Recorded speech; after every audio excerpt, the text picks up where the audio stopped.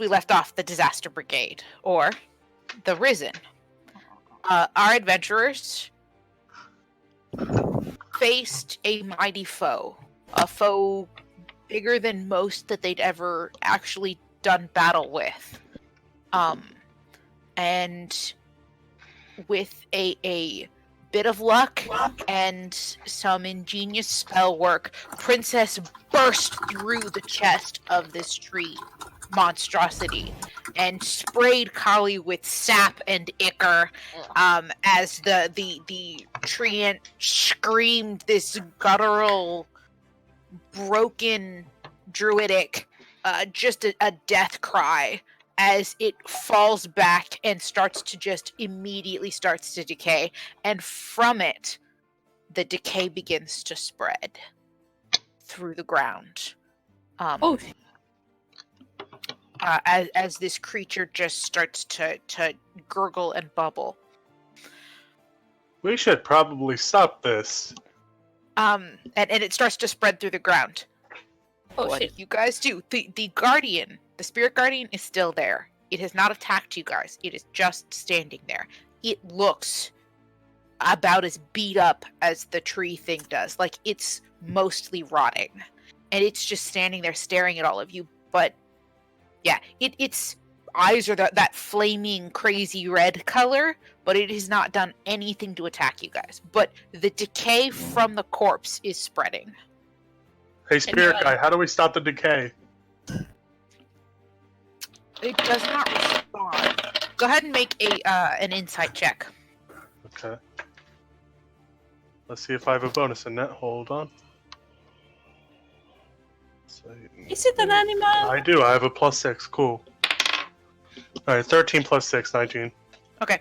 It appears to be paralyzed. Oh, So shit. it's not moving. It's frozen, not out of choice. For some reason, it is paralyzed in place.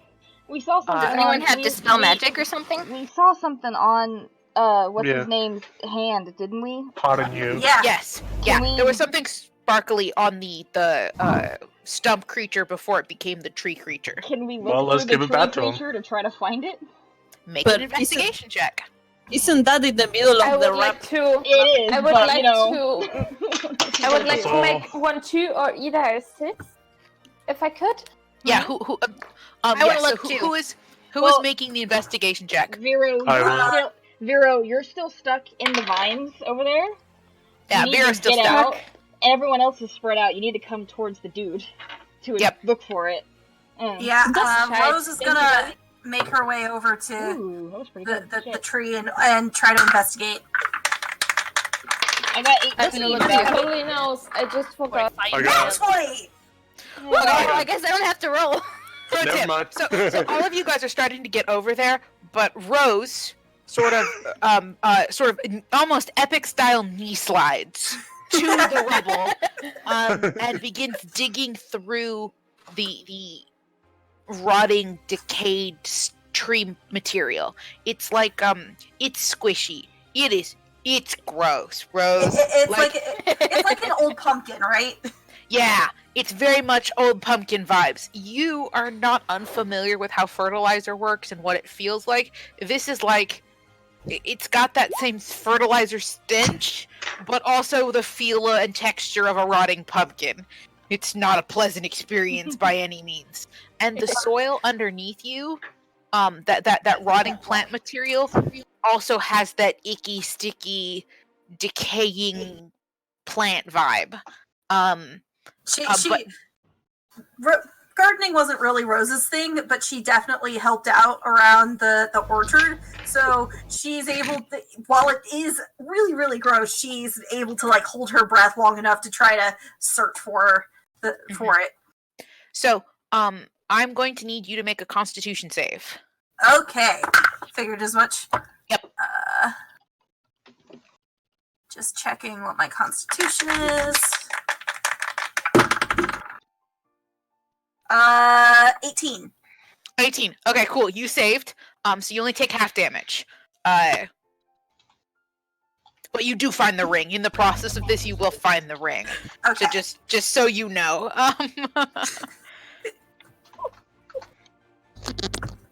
it just makes sense. A halfling finds what another halfling ended up finding, just like in Lord of the Rings. Okay, so you take half damage, so you take half of 32 is 16.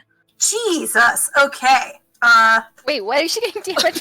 I wasn't paying attention. I know. Too busy. They're reading. You're reading them fight in the chat. So it's the decaying material. It's trying to rot Rose because she's No! touching it. Wait a minute. no. Never mind. Never mind. What? Nothing. But yeah, so it's trying to rot Rose because she's touching the decaying material. But she succeeded her Constitution save, and so I was only taking half damage from the rot. This was basically mummy rot. I'm so glad you saved. I'm very glad I saved. Yeah, this was an abusive version of mummy rot. But you find the ring, and you pull the ring out of the carcass. It's a golden ring with a dark stone inlay. So it's some kind of dark. A dark colored stone. It's got a slight shine to it. It looks a little like flint. And it's just this ring that you're holding. It feels warm to the touch. Like the ring itself is warm. Like it's producing its own heat. I reflexively check the inside of the band to see if it says anything. Oh, it definitely has runes in there. You can't read them, but it does have them. For sure, 100%, definitely some kind of magical item. I mean, like without a doubt. When you pick it up, the stag's head like whips around to you. Almost, it's almost less like the head turns and almost like the head like reappears in a new position, so it's facing you. Before we do anything else, can I say that while all this was happening, Vero has been trying to free himself? Oh yeah. Go ahead and make another strength save. Because, you know... Yeah. If you want to, you can make a strength save because this is basically your whole action of get the fuck out of this. No one's bothered to help him. Sorry, Vero. Maybe I should have sent my ape to help you.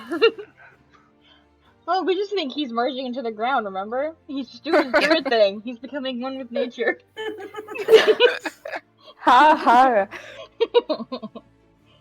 just a simple strength check? Yep. Strength save. 18.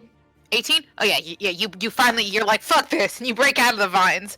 But that's basically your turn. While they're all rushing over there and doing stuff, you're like yanking yourself out of the vine. You're like, where's that stupid knife? And you start hacking at them.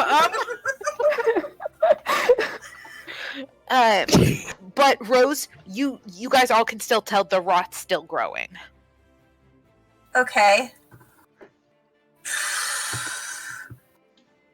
I think that Rose is gonna try to put the ring on.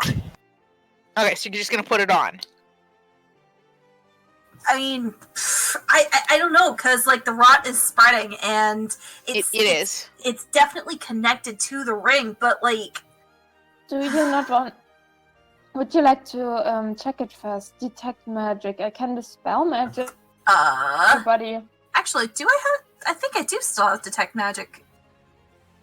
I have locate object, not detect magic today. Yay. Well, you did locate the object. I did locate the object.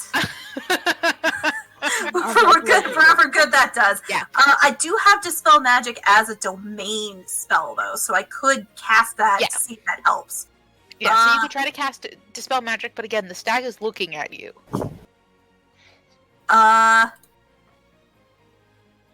Can you ask it a question since you have the ring? Does it respond to you? Or I can try. What is this ring? I need to change the music, and then I will respond to you, because I forgot it's still playing the opening songs. Although, it's not a bad choice for opening songs. There's sounding? I can't hear anything. I'll roll 20, yeah.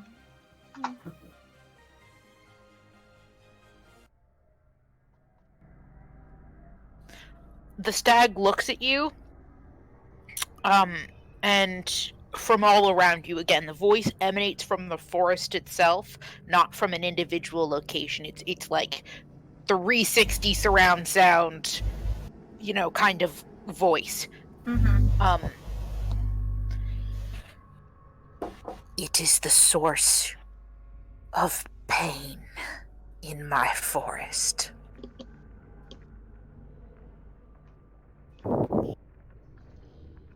Okay. Is it controlling you? It seeks dominion over me.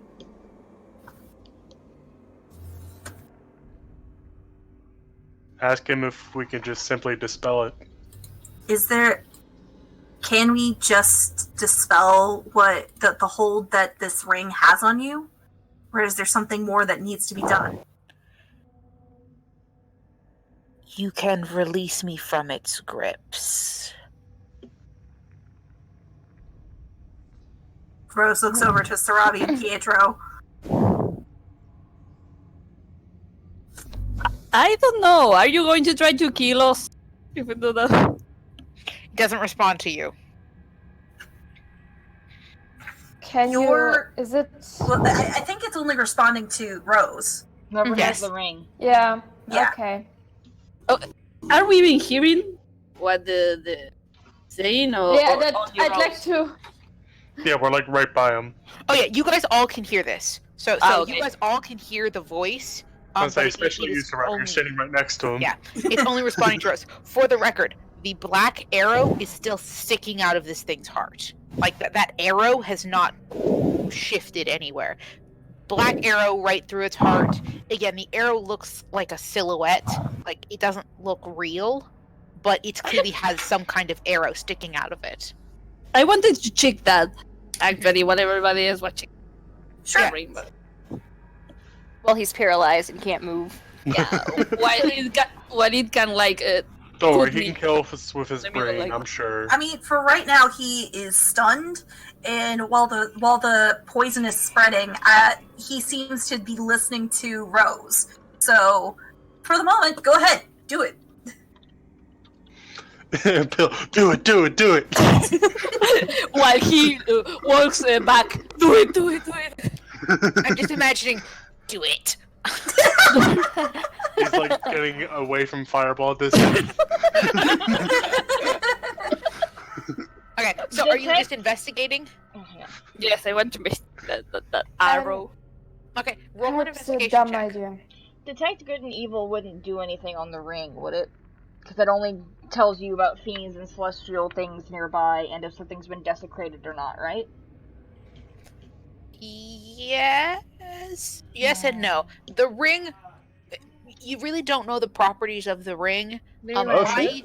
I'm more wiggly with some of the spells. So like, if you wanted to use that spell to detect if something was celestial and or fiendish involving the ring, I'd say you could do that. Valen, stop! No! It's a straight good roll. What the fuck? That's not Arabi. Well, shit matters. Oh, hey, Stop 19. relax. Okay.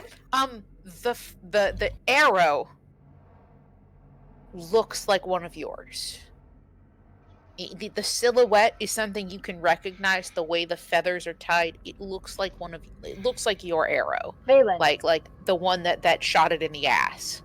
It's not where you shot it. You know for a fact you shot it in the ass. You were not. It moved. You did not shoot it this well.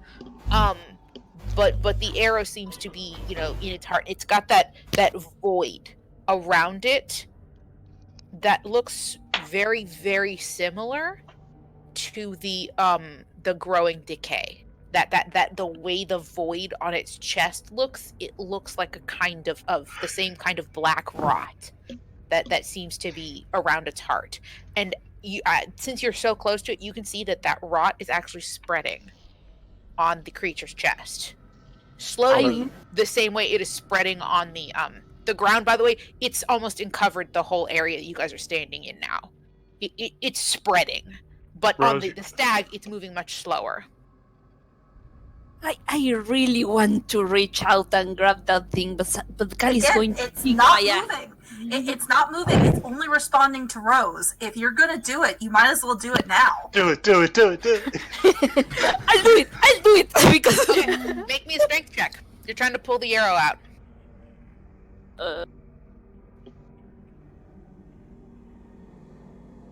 We're here. Nice. No. Well, it couldn't be twice in a row. It's just No. Go ahead and roll with advantage because Pietro has grabbed onto the back of your belt and is pulling. He's helping. So you can roll again. I'm giving you advantage on the roll. Dog for the win. because it was Pietro the one who rolled. I'm pretty sure. So with Pietro's help, you start pulling, and Pietro realizes you don't have quite the weight. But since both of you were the ones who caused this wound, together, both of you are the ones to remove it. Ooh. Slowly, the arrow begins to just slide. It makes the worst sound. Like, it's this grotesque sucking noise, and as it's peeling away, it's like pulling ichor out of this thing's chest. Like it's pulling rotted flesh away with it as you're pulling this arrow slowly out. As the arrow is pulled from the wound, the stag begins to flicker. Flicker in and out of existence. Rapidly. Oh shit! Oh shit! Did we accidentally Thanos it? As though it ceased to be, and then it comes back into existence, and then it's white for a moment, as though its energy, its aura is different, where it shifts from dark aura to white aura to dark aura to white aura as this stag flickers in and out of existence. And as it does, and the arrow is finally pulled completely free, the ichor on the arrow sloughs away, and it no longer looks like a silhouette. It looks like your arrow. But there are carvings in it. It's an old ass arrow. Like, the feathers look ruined. It's, the arrowhead is like chipped and broken. And the wood is just like in splinters. But someone carved markings into the arrow shaft itself. You didn't put those there. There's some kind of language you don't recognize. In the arrow shaft itself, but the stag is now flickering back and forth between these two states now that the arrow is free. Do I recognize? Do you recognize the language? What language do you speak again, Asano?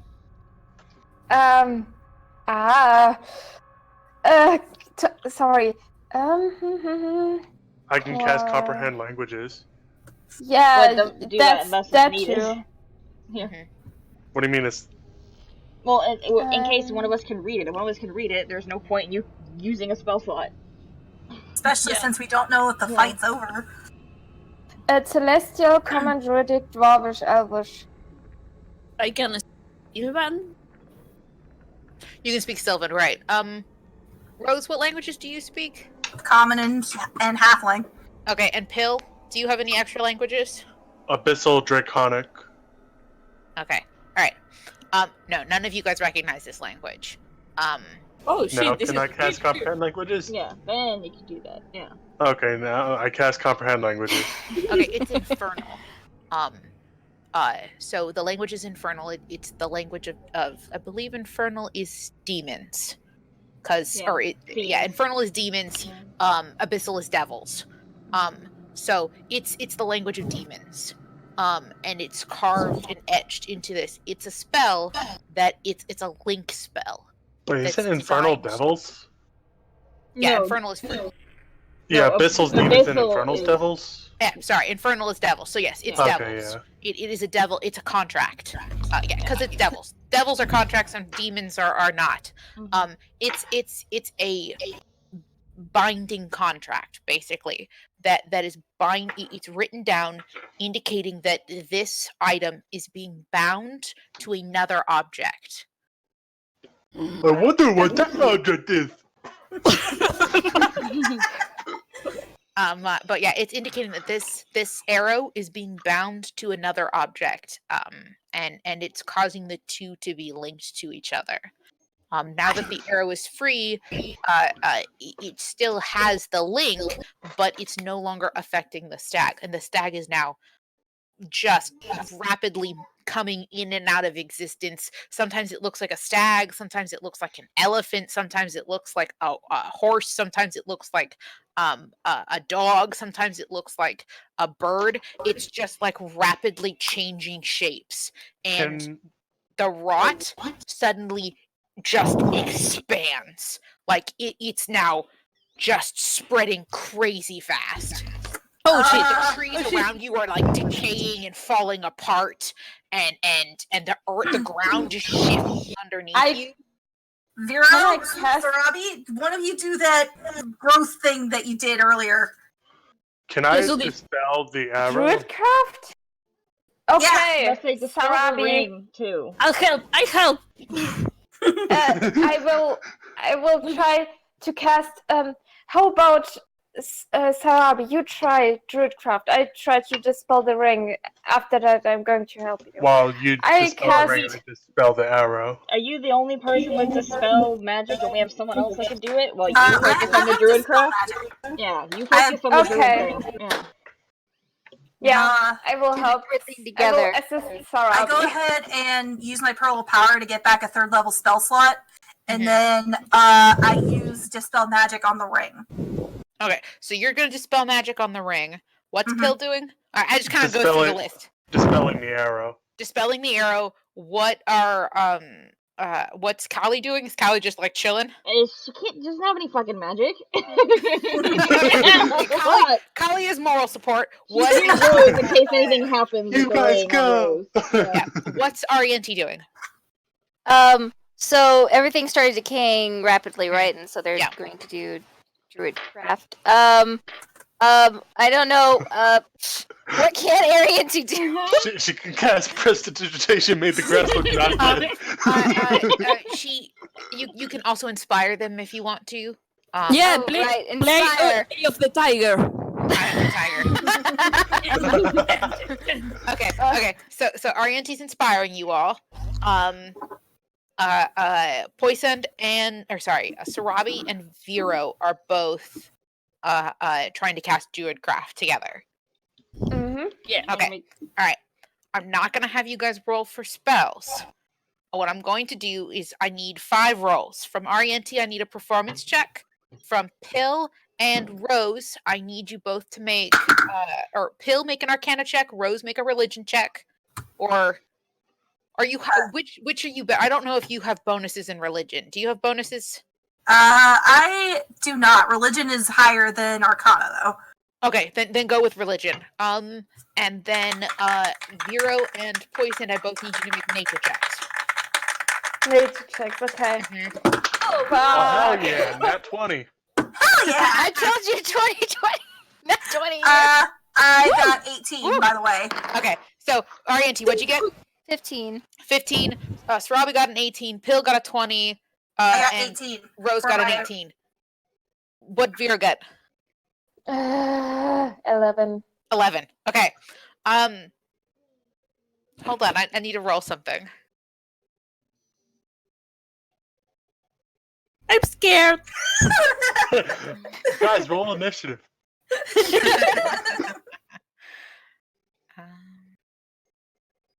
All right.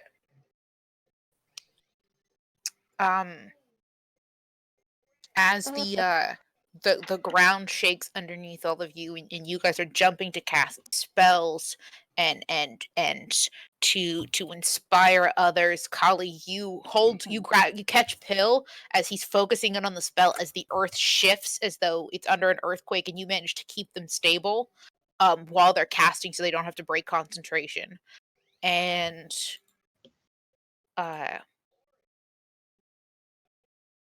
as you do this, there's sort of a soft echoing. A familiar echoing.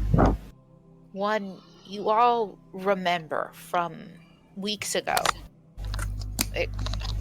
It was when you first woke up. What it felt like to be touched by the gods. To hear their voices. It seems to emanate from the woods around you. And is sort of a soft noise that you hear. Pill, the arrow in your hand breaks in half.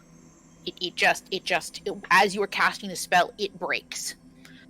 Rose, the inscription on the inside of the ring begins to burn away, as though the lettering on the inside is being burned off. On the outside of the ring, though, it begins to glow hot, as though the flint stone itself begins to grow bright and warm, and you see lettering in Draconic, which you recognize because that's the language of magic. Lettering in Draconic, it's very clearly a different spell on the ring. Seems to be unaffected by your spell, by your dispel magic, but it's like there's a spell here that it's also reacting to it, but you're not strong enough to dispel it. But the inner one, you are getting rid of. Okay, so it was a spell underneath a spell. Yeah, the ring itself is a magical ring that someone stuck a spell on top of. You're getting rid of the extra spell, but the ring still has its magical properties. Okay. You guys have no idea what they do. And so Draconic both is slightly better than demonic, though. So and as the contract is broken, and you guys remove the essence of the contract, Sarabi, and Vero, as you hear Arianti's song, it blends as though she is the one singing the language of the angels, as though she is the one singing the celestial choir you both hear.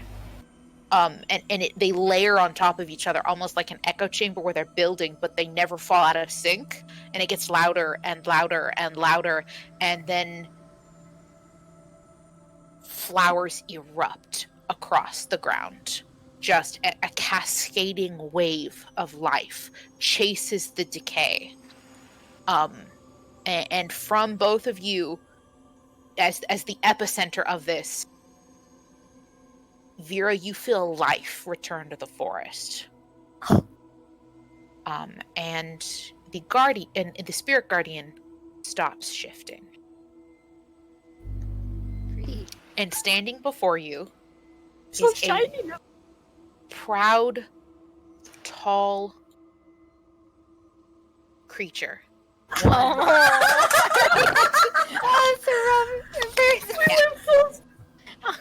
Circle. Give me a second. I'm weeping tears. Yeah, it is a proud, tall creature. Stands before you is a golden stack, one made of divine light, and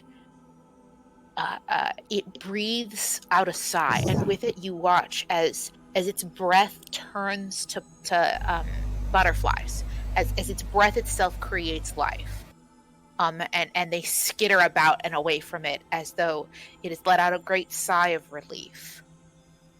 And it seems to almost be like a newborn, like a fawn again, as it tries to take a few steps as though they are shaky and it has not walked in a very long time. You have my deepest thanks.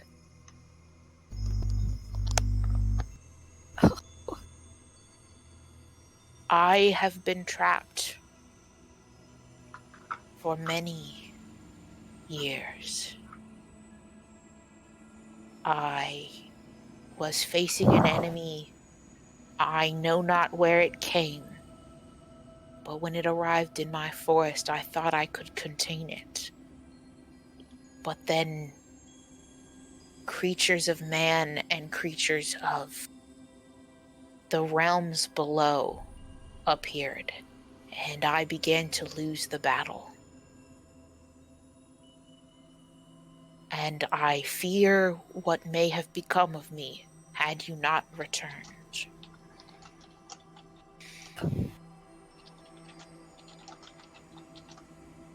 This forest is fighting a great battle, as all forests along this land are. There is something wrong, deeply wrong, but the Snakewood is under my protection. I'm gonna cry. Sorry. Can you tell us where it comes the source of... Sorry. The source of the plague? Yes. South. I know it comes from the south, but I do not know what it is sucking the very life of the planet from it. I will maintain the Snakewood. Hold it as best I can. I have been greatly weakened by this, and by the dead and demon and fiends that roam my woods. Much damage has been done. But if I can maintain this forest, life will continue. The cycle will start anew, and the forest will continue to grow. But I cannot resist the plague forever. Something must be done. We hope to find the source of this plague, of this death and decay. But I'm glad that we have managed to help you. It bows its head to you, like one leg forward, and it bows its head low to you. And as it does, the vines on its antlers shimmer and shift, and you watch as its head moves. It actually shifts through seasons. So its leaves look as though they're in summer. Mid-bow, they look fall. By the time it reaches the full bow, they look as though they're from winter. When it stands back up, they move back up through the seasons. Back to summer. So beautiful. That's so cool. Yeah. So, Robbie, when you talked to the fortune teller, she said you had to replace what's broken. Is that what just happened, or do we still need to replace something? Good question. The Sarga's gonna go close to the stack with Pietro. You say I had to pay the price to fix this cheap as Pietro. What do I need to do? I show you the errors of your way, but my spell was not meant to take this form. This corruption has been something else has led to your brother's current shape. It is not my doing. Oh. Damn it. Can you undo it, though? Or do we need to go to the original source? The stag steps over to Pietro and bows its head. And again, it shifts down to about fall. It doesn't get all the way down to winter. And it touches Pietro with the end of its snout. And it holds there, and you watch as the light shimmers around the stag seems to grow, so it includes Pietro in that shimmering. And for a moment, you all see Pietro, human Pietro, sitting on the ground with the stag's nose pressed against his forehead, and there's like human dude sitting there, probably naked because it's Pietro. Magical lights are inappropriate places. And then, actually, better than that. So instead of magical lights, he's wearing a wolf pelt. So it's the same color as what he is now. So it's as though he is a man wearing the wolf skin. And then My music stopped. How dare it? Ruining the I was mood. being dramatic and it stopped. So the wolf skin, you see him like as though he's a man wearing wolf's clothing. And then he looks like a dog again. And he's back to being a wolf. And the stag lifts his head and says, "This magic is beyond me at this time. If you give me many moons, and I have a chance to rest, where I do not have to defend the forest from this plague, I could undo what has been done. But it would take many, many moons of sleep before I would have the strength to undo this spell." Kel turns to the others. So, we all had plans as to where to go next. Do you want to stay with those plans, or do you want to fight this plague? Well, considering that most of those plans involve getting to the bottom of what exactly is causing this,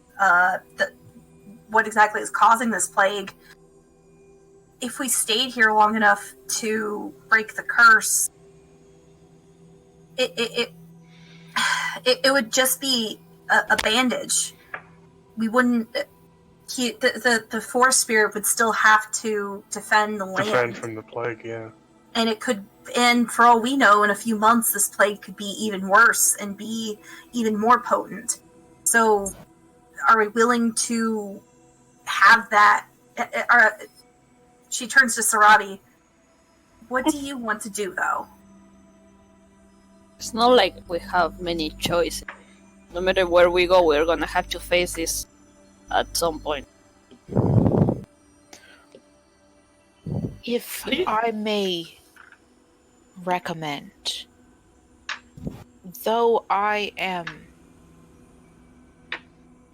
not of your realm the way you are, you all have done a great service, but I do not think the plague is where your destiny lies. Not this day. AKA, you do not have a high enough level, you cannot access that zone of the map.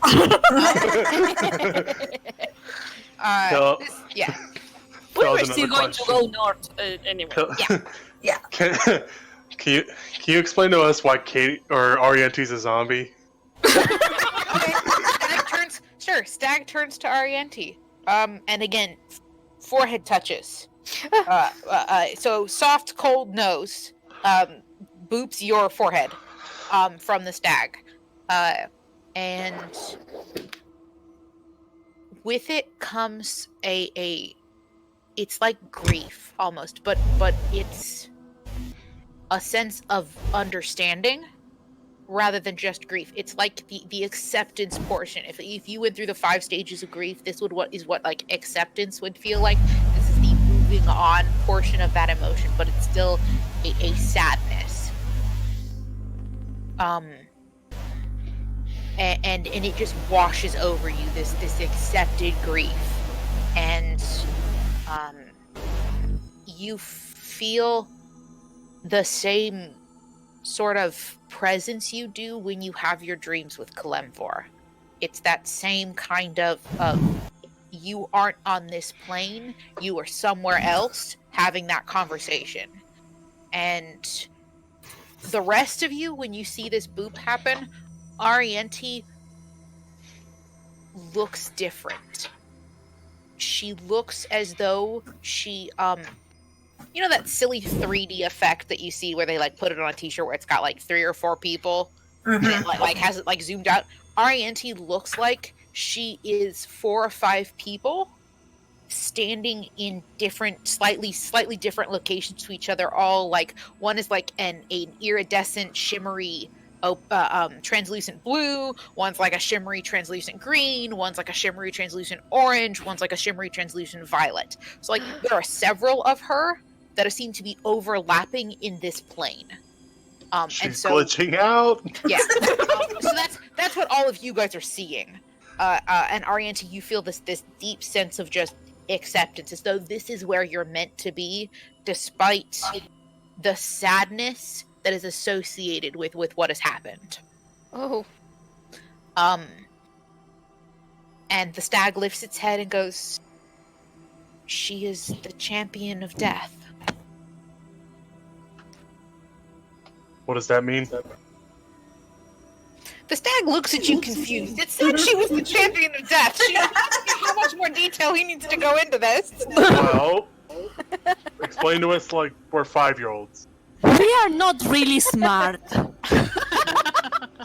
I think what Pill is trying to get is we know that she is the champion of death. We don't know what that's supposed to entail. Yeah. Wait, it can guess who is the champion of who? Do me next! Hey, so did I feel that he was feeling grief? It was a little bit of his grief, but also your grief. It was like a psychic emotional link where he was sensing something in you that gave him grief, and you felt it, that same grief, but you had already accepted that this was your fate, if that makes sense. Maybe something you forgot. Did I understand the cause of that feeling of grief, or it's just a random vague feeling? It's a random vague feeling. You don't know where the hell that originated from. But whatever essence he connected to, that part of you understands. It's like depression. You don't know where it come from, but it's there. Yeah. And the stag thinks for several moments as it tries to think how should it describe what being the champion of death is. Doesn't it mean that the god of death chose her as champion? In an essence, yes.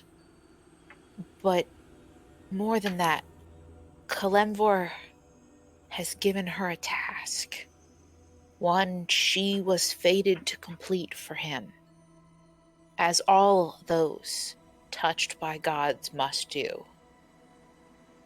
Her destiny has hope, but it came from sadness. Her life was born from death.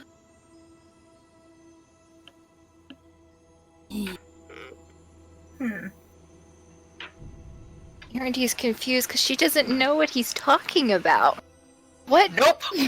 What death? I don't remember anything like that. Well, there is a reason we call you zombie. I don't know. It's like What? super obvious. Why don't I remember any of this? Is this during the year that I don't remember? One will assume. The stag cannot answer that for you. Just gonna ask it anyway. It does like the stag equivalent of a shrug. It just kind of tilts its head a little bit, like It wiggles its head a little bit. But yeah, it can't answer that for you. But it does turn to you, Rose, and asks young healer of fates, young bringer of change, may I see the ring you carry? Yeah. She goes up and she holds the ring out for him to inspect. Mm-hmm. And it tilts its head one way. And as it tilts its head one way, you watch as that half changes.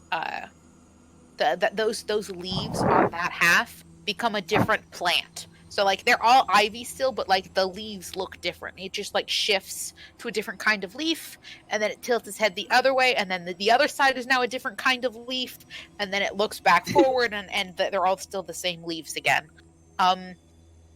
As it seems to inspect this ring, and it seems to accept whatever it is learned from this ring, and says, "The taint left from another soul is no longer embedded in this item of power."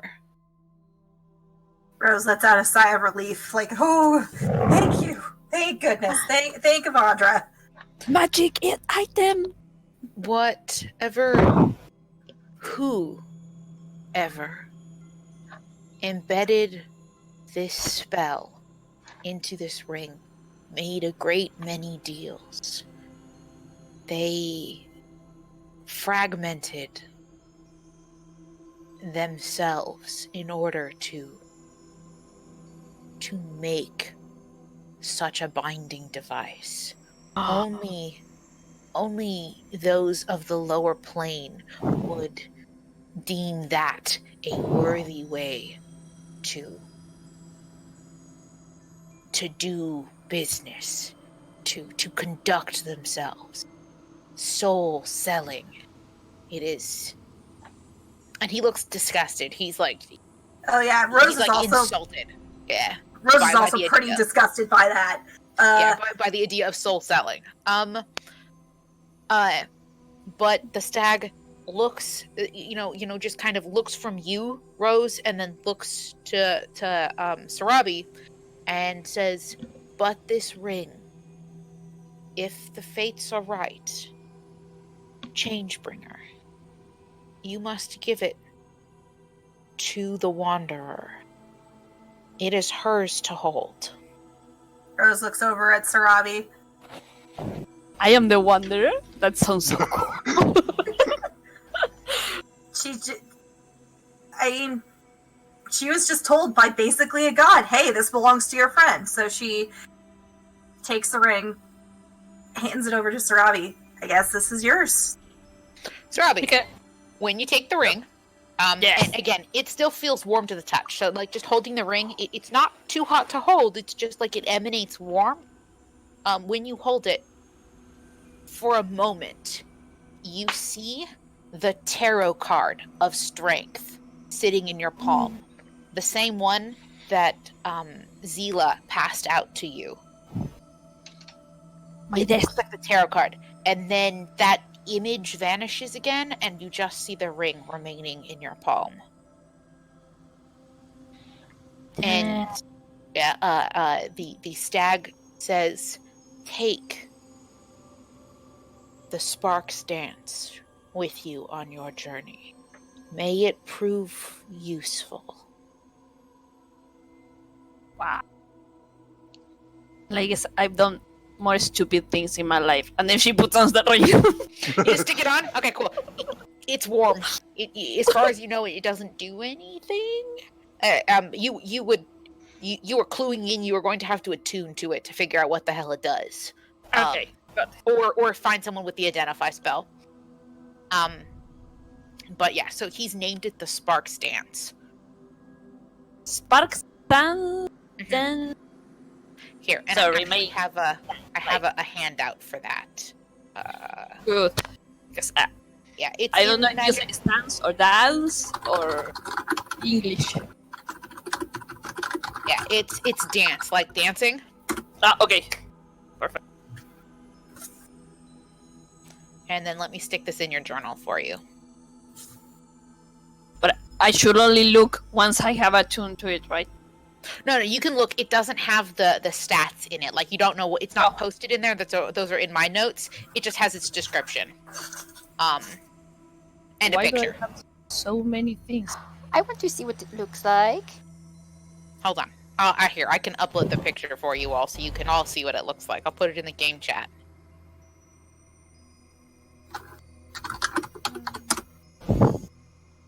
Uh-oh. Habes has his power out. Oh no! Oh, shit. Eve!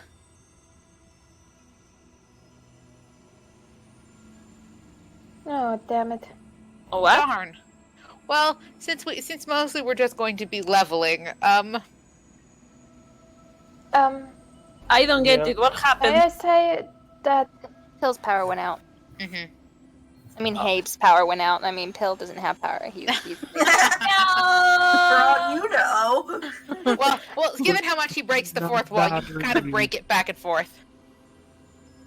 I've been super Wait, quiet he's- during this. May I say that during all of this, Vera has been Oh, that's kind of slightly. Sorry. No, Very good. sorry, not you. That was I uploaded the image and it's not a JPEG, so I was Okay, good. because that's not helpful. It's not to you. That was a Beth talking to herself moment. Sorry. Okay. It's fine.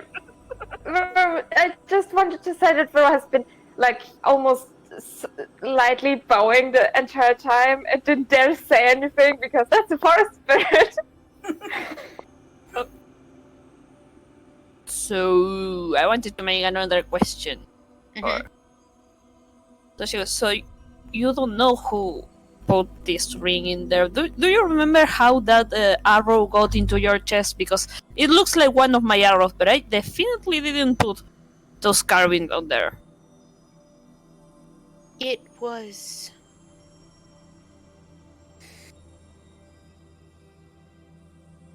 I remember our encounter, and this is the same arrow, but it was not shot from your bow the second time it pierced my skin.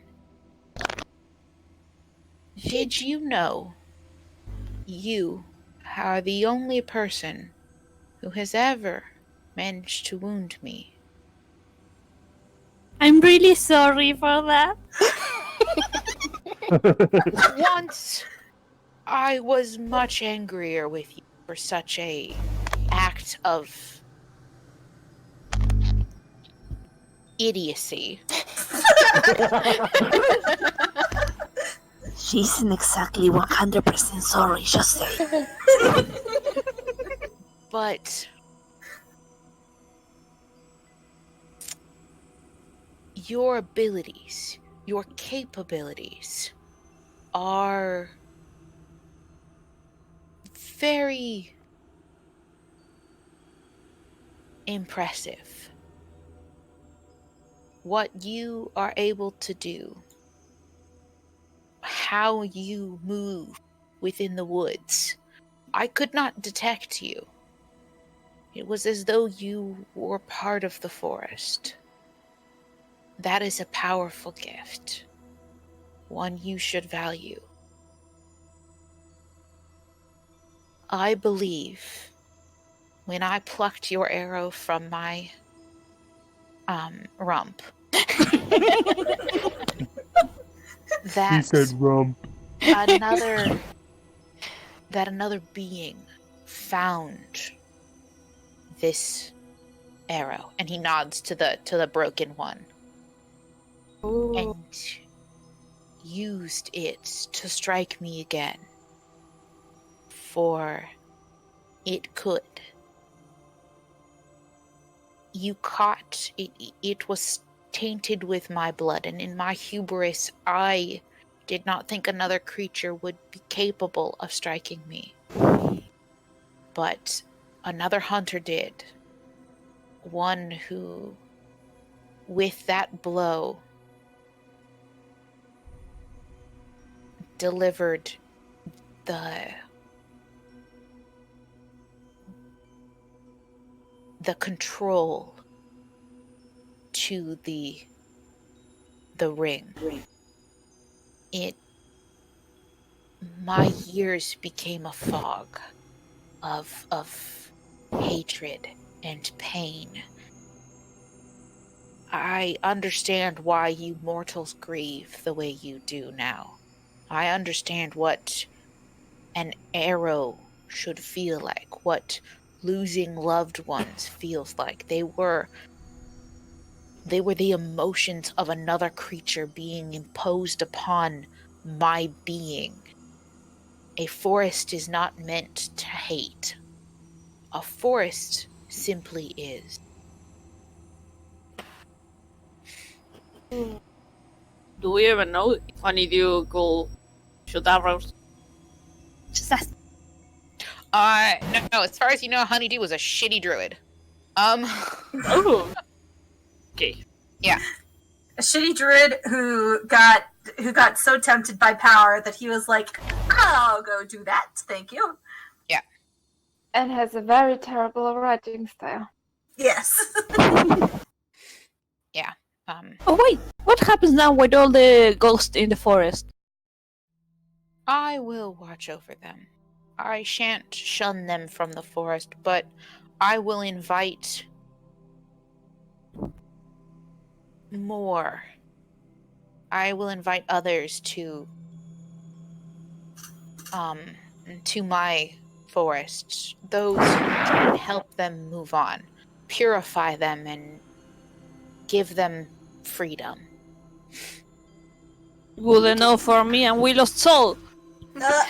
Oh no, wait, Soul is there. Can you tell the wraiths not to attack me again? That wasn't a very pleasant experience. I cannot command them, but I can give you free passage through the forest.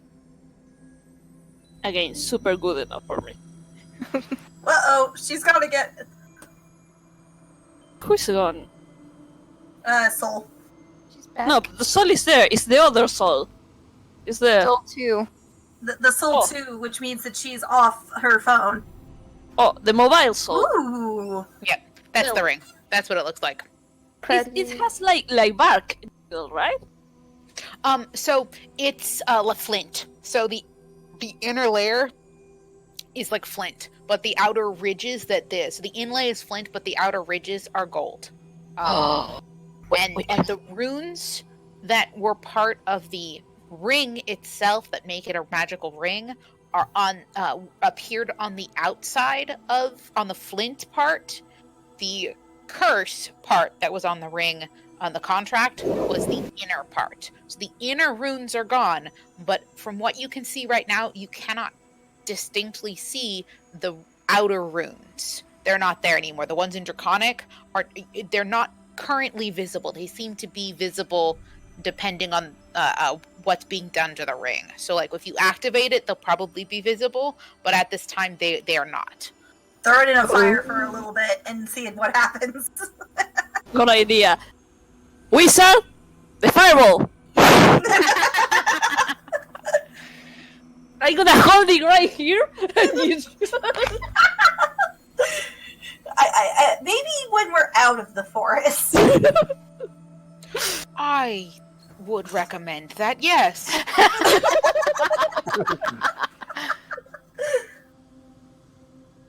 The stag is regretting so much. Meanwhile, Pill's just like, okay. I can't wait until I learn counterspell so that Rose can canonically just counterspell something stupid that Pill was doing.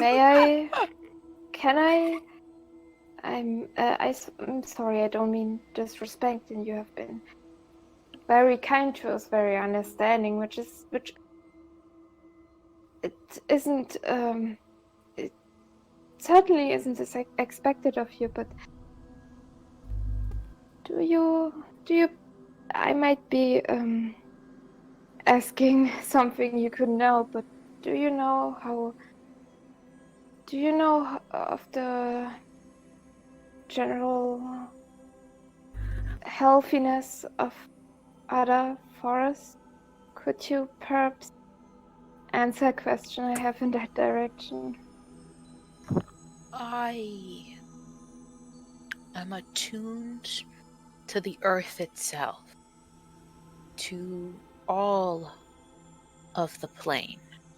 I can feel the life under an ocean, and I can feel the birds in the sky. I cannot do much to influence another forest. This is my domain. But I can seek out another if you wish. The High Forest in the northwest of Faerun. How bad is it?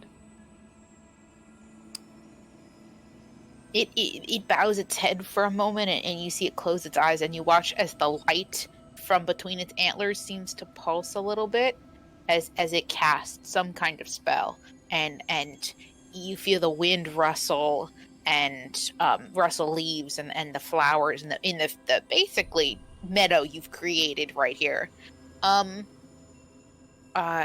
it tilts its head one way and then the other, and then I cannot feel it. I know of the forest you speak, but there is a void. Something is keeping me out. That is not good for the forest. It is lost its connection to all of their life. What is happening there? The forest, I cannot say for certain the condition of the forest, but I can tell you it is not well. And his expression twists into very... Just for Robertson's sake, Rose is half tempted to ask if the forest spirit can sense other creatures, but she figures that it's probably it's more connected to forests in general, and so is more concerned for the forest instead of the individual things inside the forest. So, well, yeah, she has she has the impulse to ask after her mom. She keeps quiet about it because she's probably not going to get an answer. Yeah, probably not. The forest spirit is not necessarily he's not like in tune with each individual. That's probably not his jam. He might be able to tell you, like, there are 300 dragons currently on the planet, but that would be about it. Like, that would be, like, the extent of what he could do. He could, like, notice big things and be able to be like, yeah, that's a dragon. I don't know what kind of dragon it is, but it is a dragon. Appropriate, since he's a forest spirit and can see the forest instead of the trees. Yep. Yeah. So yeah, so he would probably not be the person to look at an individual. Which is fine. I mean, that can wait a little bit. Okay. Well, he shakes the mixture off and just says thank you. Goes his head again.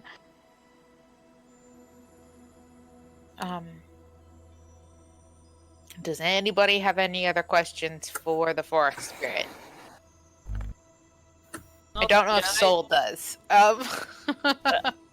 So let's read it. Maybe she can hear language.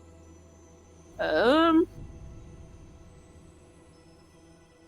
wait. This one not. The other one.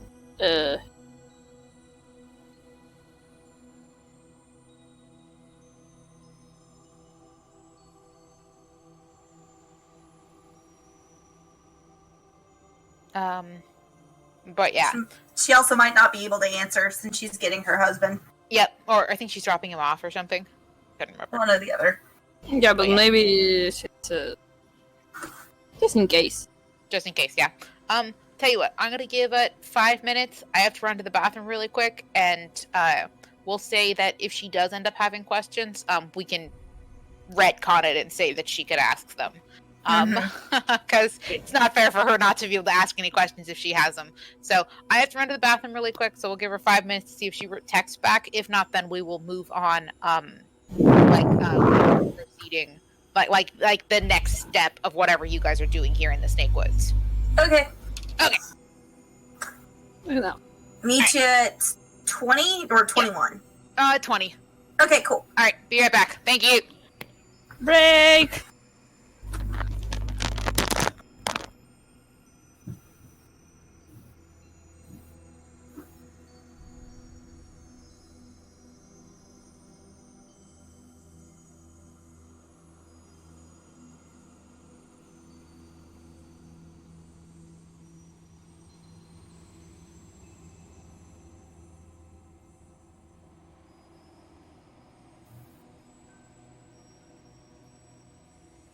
So that was cool. If there's still anybody here. Yeah.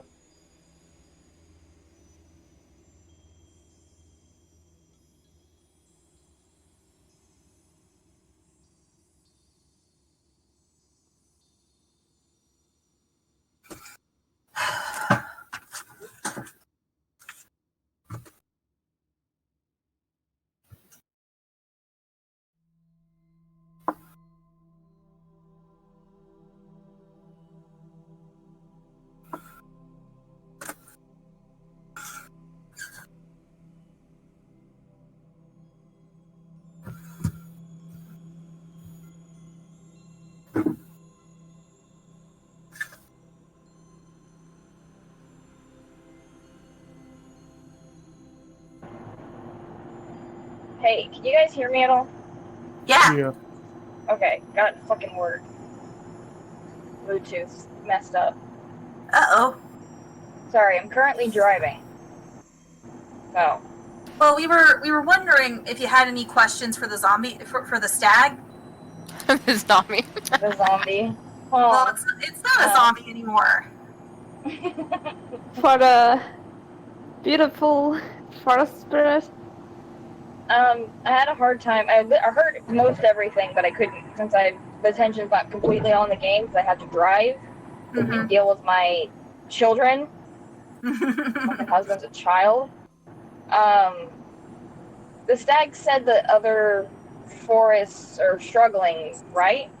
Yeah. Against the plague?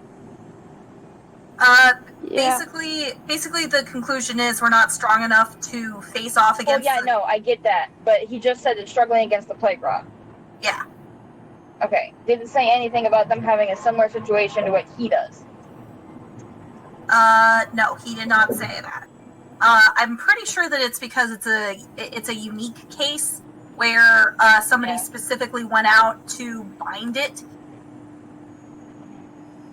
But all of the other forests are definitely fighting against the plague rot. Okay.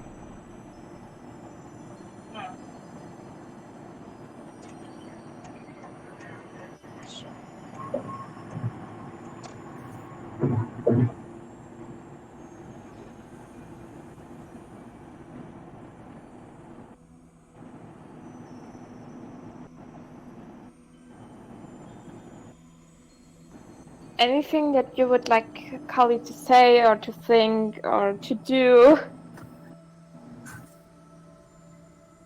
I don't know. That's fine. Hard to think right now when there's a fucking motherfucker that won't let me over. God, I hate Texas.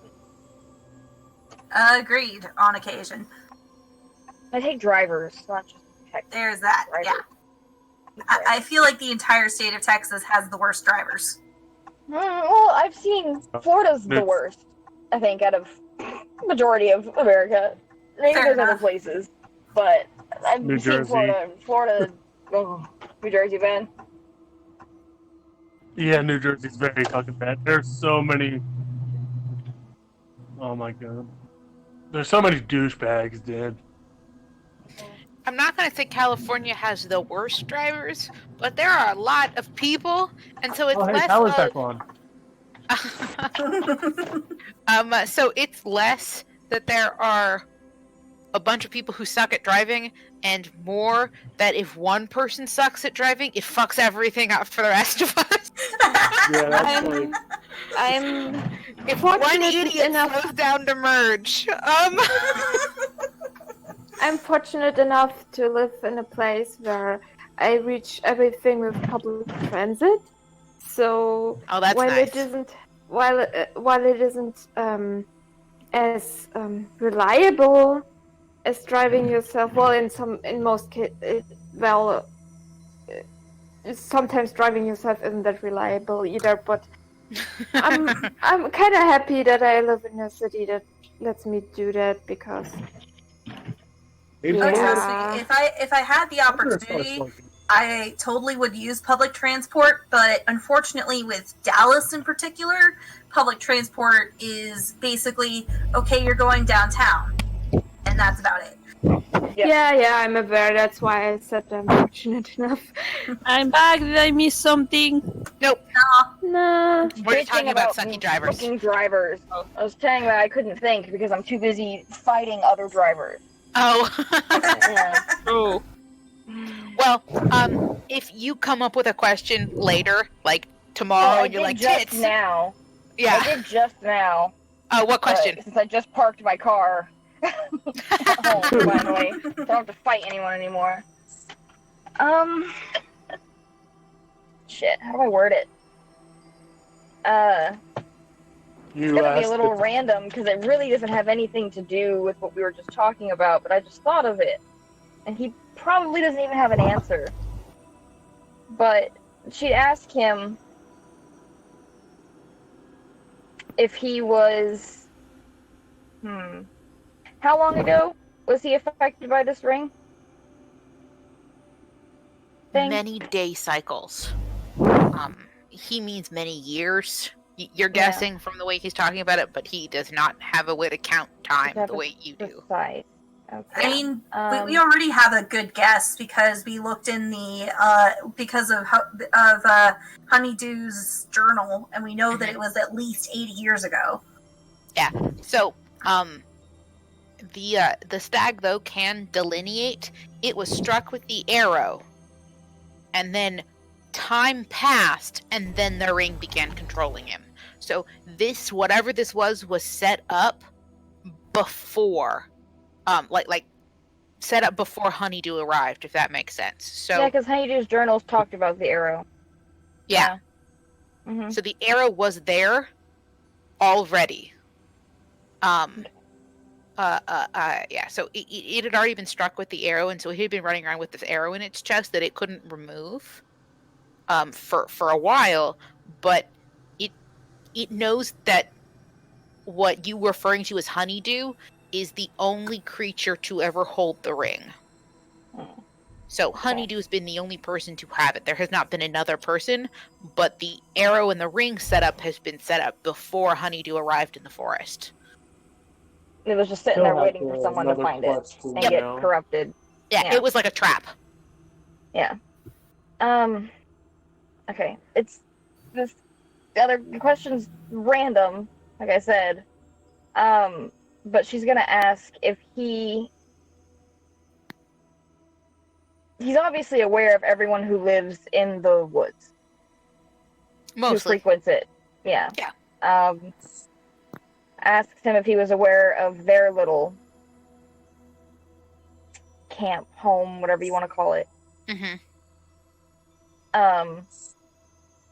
And she says, long shot, but do you happen to know anything about what happened to the cabin that caught fire? Good question. Magical fire. A very good question. Yeah. The stag pauses and thinks for a moment, and it seems to understand what homestead you're talking about. There aren't very many that are actually within the forest, and your guys' is one of them. And it seems to be trying to recall what you're referring to, and it asks, "Do you mean the summoner who failed?" I guess. There was a great force, a power, and it grew bright, too bright for the summoner to control, and it swallowed him, and it doesn't really know much more besides that. It kind of felt something happen, but it doesn't actually know what happened. And it can't tell, like, what kind of force? Like, if the force had, like, a signature of some sort? Oh, it was demonic, for sure. It was demons. So, versus devils. It was definitely some kind of abyssal creature. Okay. Damn it, Uncle. What were you doing? Something stupid. Okay, I think that's it, because I can't think of anything else right now. I have another question now. I remember something. Correct me if I'm wrong, guys, but wasn't like when Honeydew was trying to order the stag to do something, he was talking about to eat. He was like, I have it, what I guess it was the ring, and then he was talking about other eat. I can't remember. The stag what it meant, what Honeydew meant. Yeah, I was gonna say that was get rid of it is what Honeydew was saying. Oh, it requested that I murder you. Oh, okay. Oh. Cool. So we are on it. Nice to know. I do have. I have another question now. While you were under Maldu's control, was there anyone else that might have seen during your time? Like, was there anyone giving him orders, or was he working alone this whole time? Was there any like meetings he had with anyone? When the halfling being grabbed the ring, it changed him. And from then on, he began to communicate with another being. I know not who, and I know not what, but the ring connected him to something. I think it was the fragmented someone who used their soul to create this binding. And Vero's gonna whisper. He knows, right, that a ring that connected him to a being. That sounds familiar, doesn't it? A wee bit. But to be fair, Pill has not become a weird plant root monster. So,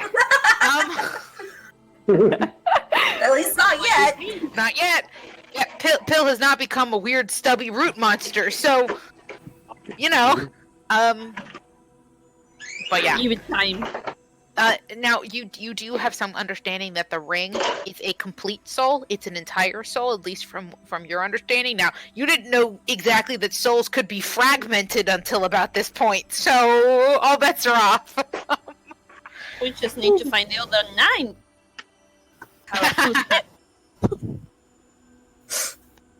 Fucking Voldemort. Then we can kill the being, exactly. What? Horcruxes? Don't know what you're talking about. I was just checking that the fragment of the soul is no longer in the ring, right? Yes, the fragment's gone. You guys basically did ability checks to purify the stag in the ring, and you succeeded. Enough of you succeeded high enough that all is good. But yeah, so the ring is pure. The controlling force that was holding the Spirit Forest Guardian is gone.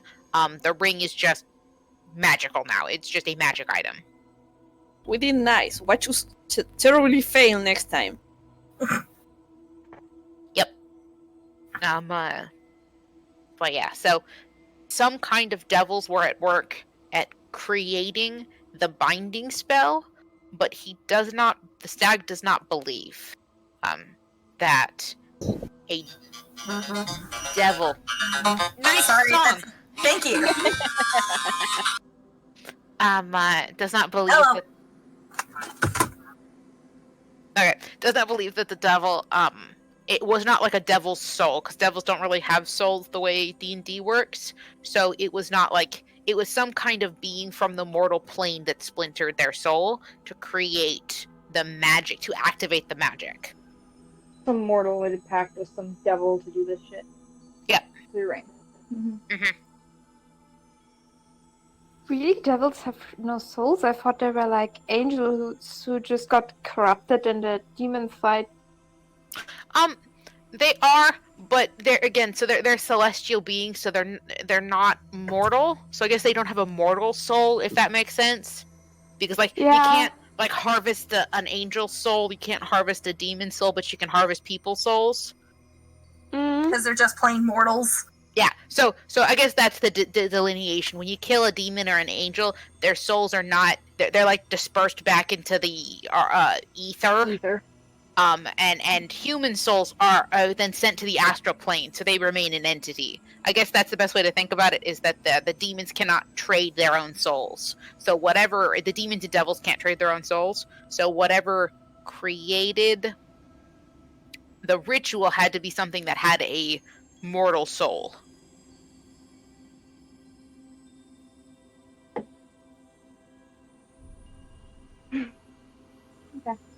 I have no more questions.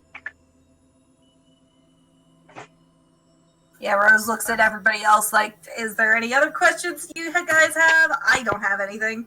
Nope. Vero just shakes his head. The stag nods. Once again, I thank you for your act of kindness this day. You may rest here, No harm will befall you within this meadow you have made. When you are ready to leave, and he turns his head, and you watch as a trail of bluebells just appears out of the forest. It's just like a line of bluebells, and that's leading you basically back towards your homestead. It's about that direction. It says, follow the bluebells. Though they are not on your path, they will keep you safe. He's basically giving you a direct route to home that you will not be attacked on while you walk. As long as you stay in the Bluebell Trail, you're fine. So if you guys want to sleep here, you can. Huh? Just like a standard MMO. You stay on the path, you don't get attacked. Basically, yeah. So he's created a path for you guys to follow back to your homestead. You can also rest here. So, and with that, the stag bows again, and then turns and begins to walk into the forest, and he gets maybe a couple trees in and just disappears. Just vanishes into the forest again. As soon as the stag is out of earshot, we're just gonna grab Sarabi's shoulders and say, that was amazing. Are you right? We didn't die. Oh, no, we didn't die. Are you aware that most of the meadow was your doing? I didn't do anything of it. That was all you. Honestly, I think the meadow at your parents' place, that was all you too. You might be the most powerful druid I don't know. I just think like it's dumb luck.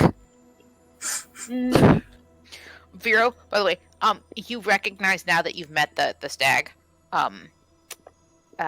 the essence that you were feeling that like created the magic, that crazy explosion, was the stag.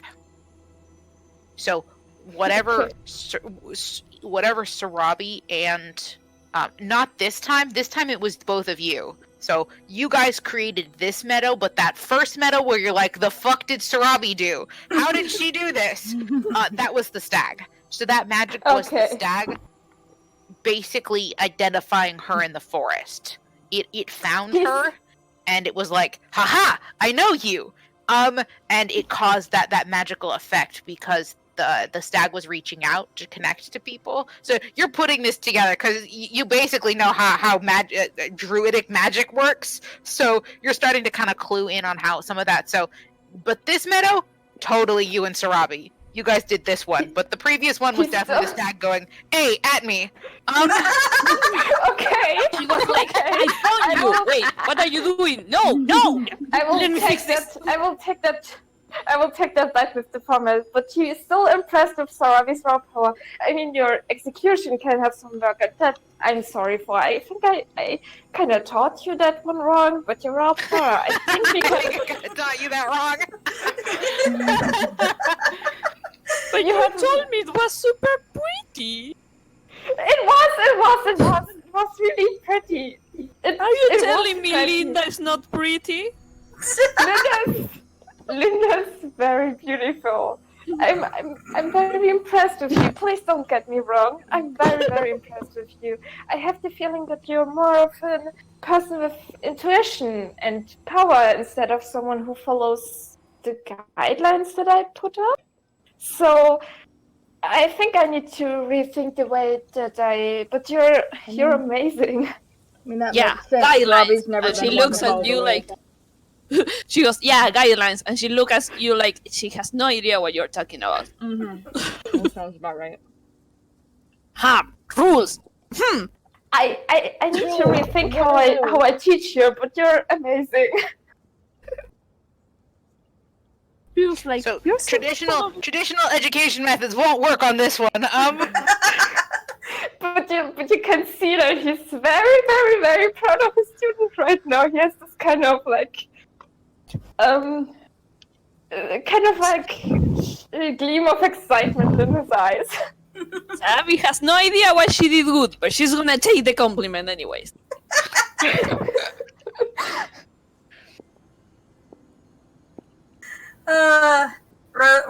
a hand. I vote that since the forest has now been officially deemed safe, let's rest right here for a while. And she just kind of sits down, exhausted from everything.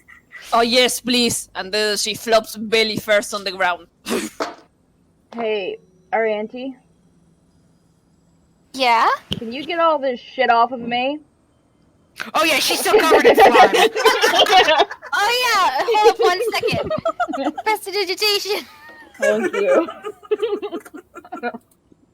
Are we gonna have a short or a rest? Because I need to attune with this thing. I mean, I'm cool with whatever. Technically speaking, we could totally have a long rest, and that would be our transition into the inn that doesn't exist, but whatever works. Rose, how do you know we're going there? No, I'm kidding. She had a psychic premonition. Well, no, she's just like, man, what I wouldn't give for a night at the inn that doesn't exist right now. Sit in a hot tub. wipe. Mm-hmm. Alright. No, we can hang out here. Have a long rest. I mean, it's they, it, he, what, I don't know what to call, what pronouns are. But the Snag said we can stay here. They, here you go. They is probably more accurate for this forest spirit. Yeah. They said we could rest here, so why not? Plus, I'm less than half hit points, and not that we're gonna get attacked or anything, but I'm tired. And I was slimed. Can I go home? Just like to chill. Mm-hmm.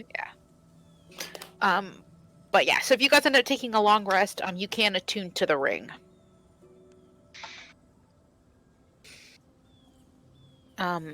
Arianti's gonna be all up in Sarabi's princess, like, ooh, can I see? I don't know, kid. I only need to touch the thing. Are you just gonna watch me touch the thing for like an hour? Can I hold the ring for a second? No, it's mine! I just want to see it real quick. Don't be so stingy. Nobody Children. touches the ring until I make it mine. Children. Children. Pill's like waving Just his for a finger. second. Nobody touches the ring until I attune to it.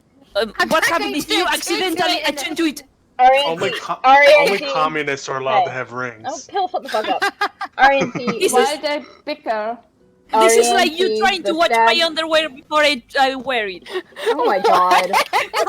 It's I'm gonna call GM one of this. It's absolutely. That's what? It's like I was just going to put my underwear in, and you were like, "Can I touch the underwear?" No, you can't. Let me put my underwear first. It's a ring. Oh my god. I just want to look at the ring. Just let me see it for a second. I want to tune to it. Ari? Okay, I you can believe look at will, it. You can touch it. I believe you will get your very own magic item. Only after you I- become communist. Wait, what? What are you guys talking about? You do have a very amazing ring of your own, don't you? I do. It's fantastic, but it's broken. I need to get it fixed. See, Sarabi gets a ring. You get a ring. We all get a ring. Everybody gets a ring. You don't need Sarabi's ring, do you? I feel like in any moment we're gonna start riding dragons and wearing black clothes. What were you gonna say, Beth? Actually, No, it's fine. I realize what I'm going to say is quest relevant, and I'm just going to be quiet about it. You get to learn actually, that later. everybody's gonna get a ring.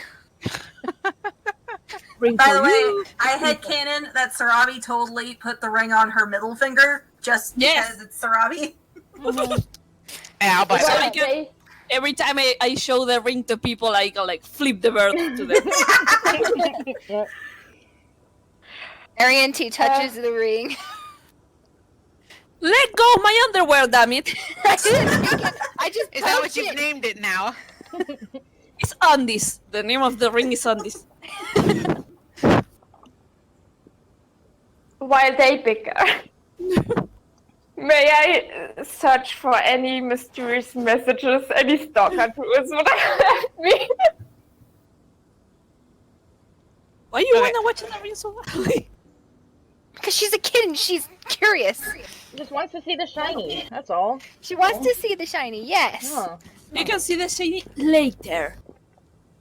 And then she rolls a belly back, and goes rolling away. Pietro, can you believe her? You would let me see the ring, wouldn't you? Whoa. Right there. Probably not. He's debating that a little bit. He still doesn't actually know what the hell it does.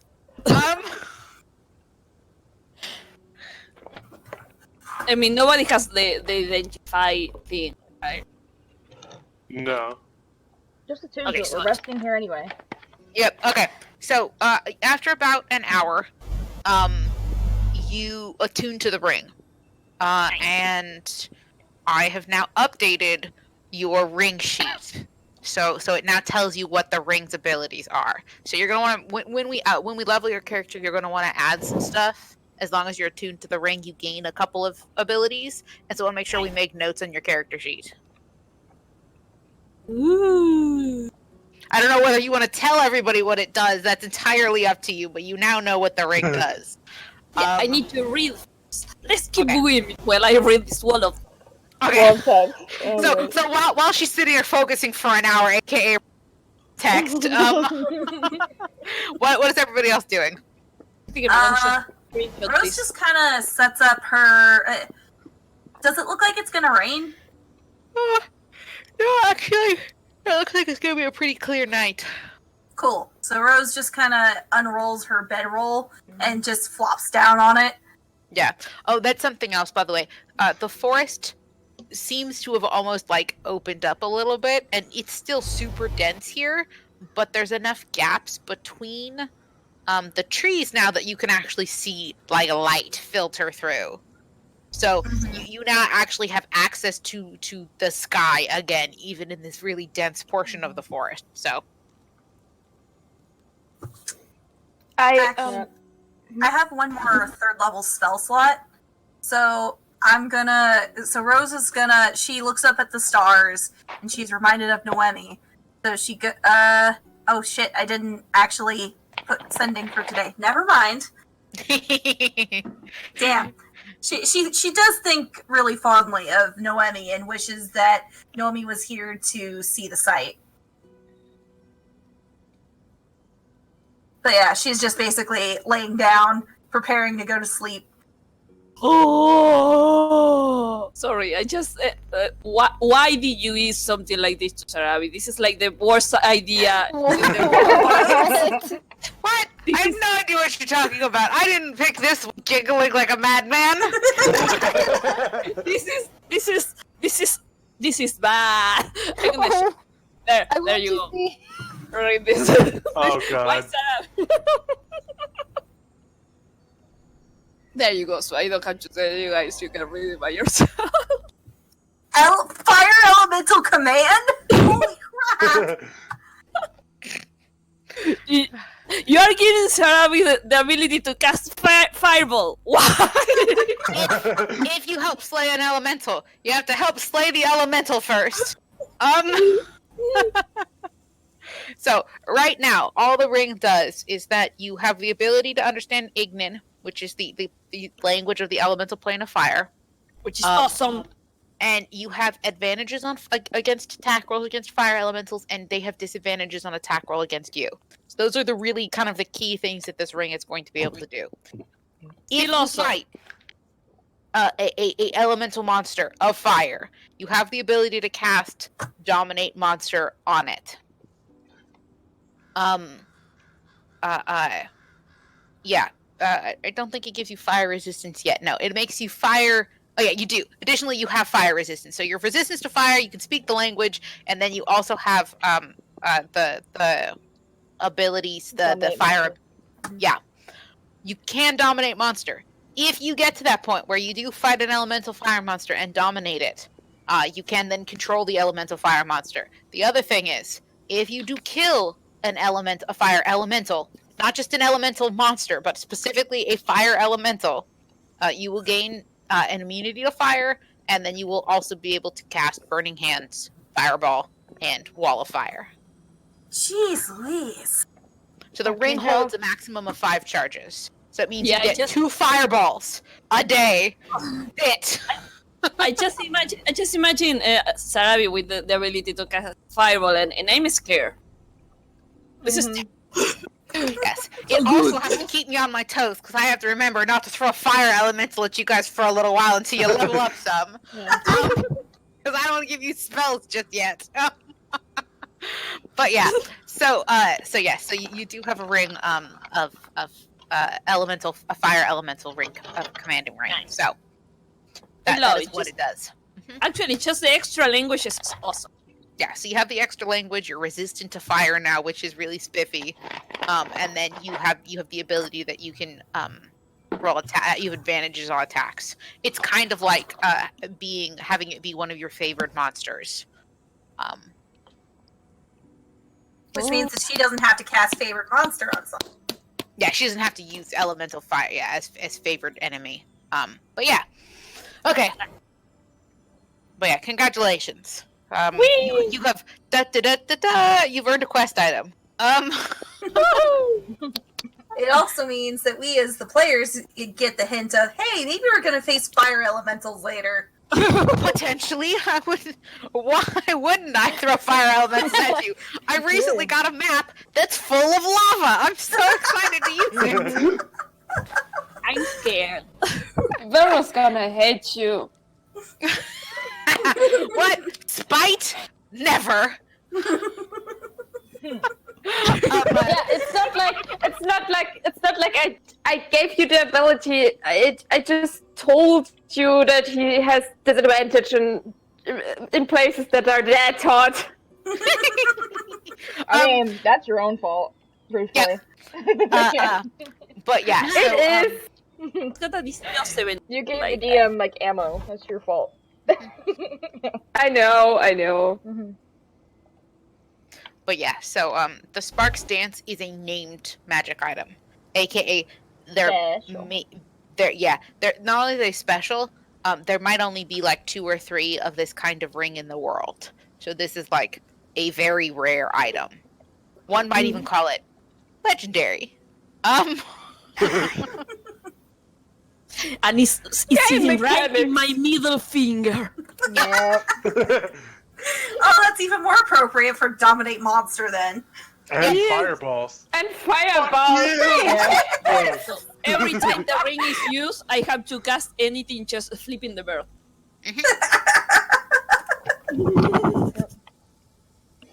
And Fireball is the magical middle finger anyway. Yeah, exactly. Mm-hmm. So fit. I love it.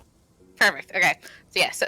So you have not killed a fire elemental while wearing the ring yet. So for at this time, you only have access to the bonus abilities.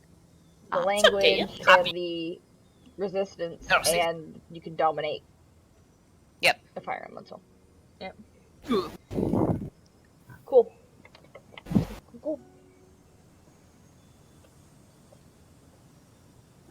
Okay, if I may ask, I already did, but I guess is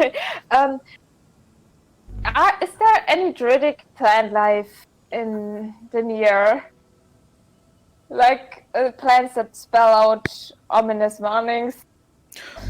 No, there are no ominous warnings at this time. Okay, good.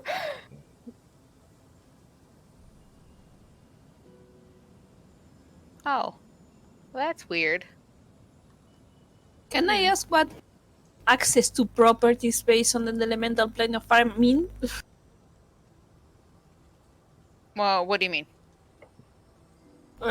They say, in addition, you have access to properties based on the elemental plane of fire. What? Properties based on the elemental plane of fire.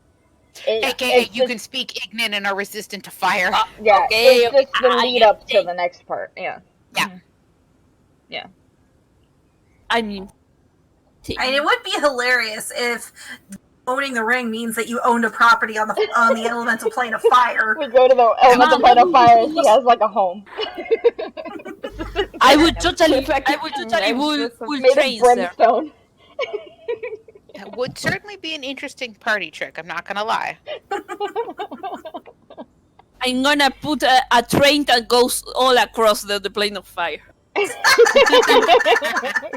mean, it'd have endless fuel there. Yes. Yeah, touristic. Just hire an elemental. Just hire a small elemental to power up your train. Fire just dominates it. Makes it do it. Using an elemental for train, I don't know. That's what they already do. That's how trains work in this world. I know. I'm aware. We just don't need to support those business practices. Just imagine the possibilities. He says as we constantly buy train tickets to go where we need to go.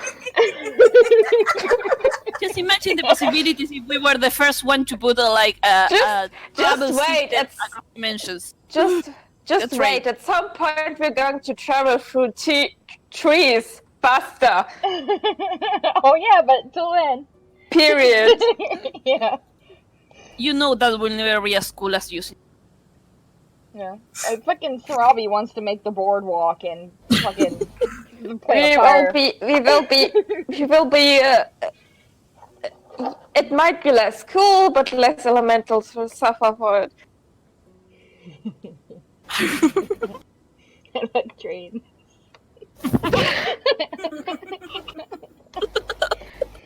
Hopefully, the blazing I'm not. rails. Yes. I'm writing that down. Where's my paper? The most important notes. to take. I know we're just joking right now, but I hope I'm not. What? I hope I'm not making this unfun. No, it's fine. It's fine. They're like part. Okay, so there's no cryptic messages. No, there are no cryptic messages at this time. We're gonna stay the night here in this lovely place. Okay, cool. Cool. Okay. Arianti investigates her ring and wonders why it doesn't do cool shit too. Because it's busted. Because you're not communist. I'm jealous. I want my ring to do something cool like throw fireballs Then or become communists. lightning bolts. Pill. You're already confused dimension door because of your cloak. Only once a day. Arianti. You have some magic loot. Yeah, that It's does a bend door. It does multiple things a day. It can make you fucking fly. Well, I made you fly today, so I can't use that anymore. Today. I can still levitate, but I wouldn't be able to go anywhere. Except for up. Watch, let me do it now. Dude, you can pull a tiger out of a bag. What are you talking You can pull a bunch of animals out of a bag. You have so many magical items. You're very spoiled. I don't have a magical ring that works. Arianti, please, at some point we will. I hate to say it, Arianti, but it's just first world problems here. And at some point we will fix that ring. All right. Okay. I have to get the spell restore, but I can't learn that yet. Nope. Or maybe we can take it to a person who actually restore rings. Yeah. If we go to the city, I'll probably try looking for someone. Are you? It needs to be a person we trust, though. I don't. Someone's stealing my ring. Someone already tried to steal my ring. That jerk. Just trying to take my ring. I am more Cleaned up afraid with that they're gonna question a ring of that origin. It's my precious. Well, so, Arianti, here's a suggestion for when you do get the ring fixed. Uh-huh. I know that it's yours. It's mine. It is yours. But when we talk to somebody, nobody's going to believe that you were given it from one of the founders of the Crimson Talon. What do you mean? Because you're a kid and people are dumb. I obviously look like an original member of town. Just look at it. Sure, but for the purposes of being a little sneaky, because if somebody finds out that you are an original member of the Crimson Talon, they might want to steal your ring, right? My ring, my precious. I was waiting for that. Bingo! Just hear me out. What instead could say that you got it from your grandfather or your grandmother, maybe. Whenever we talk to somebody like that, and your grandmother Arianti, you're Arianti the second. Yes. But I'm from the Crimson Talon. I'm not going to pretend I'm not. Okay, sure, but sometimes. Do you remember when we went to? Do you remember when we went to Phelan and we couldn't talk about how we were from 100 years in the past? Mm-hmm. It's very similar to that, because, well, who's going to believe that you died and you came back, and that you're actually 100 years older than you actually are? I don't feel 100 years old. No. Yes, well, but I'm still going to be telling people I'm part of the Crimson Talon. You can still say that, You but can't when take all the credit. No, Don we're not. Phoenix and Widows, whatever. We're going to. how about For the moment, before we talk to, I forget the name of the guy. Kai? Yeah, before we I talk. think.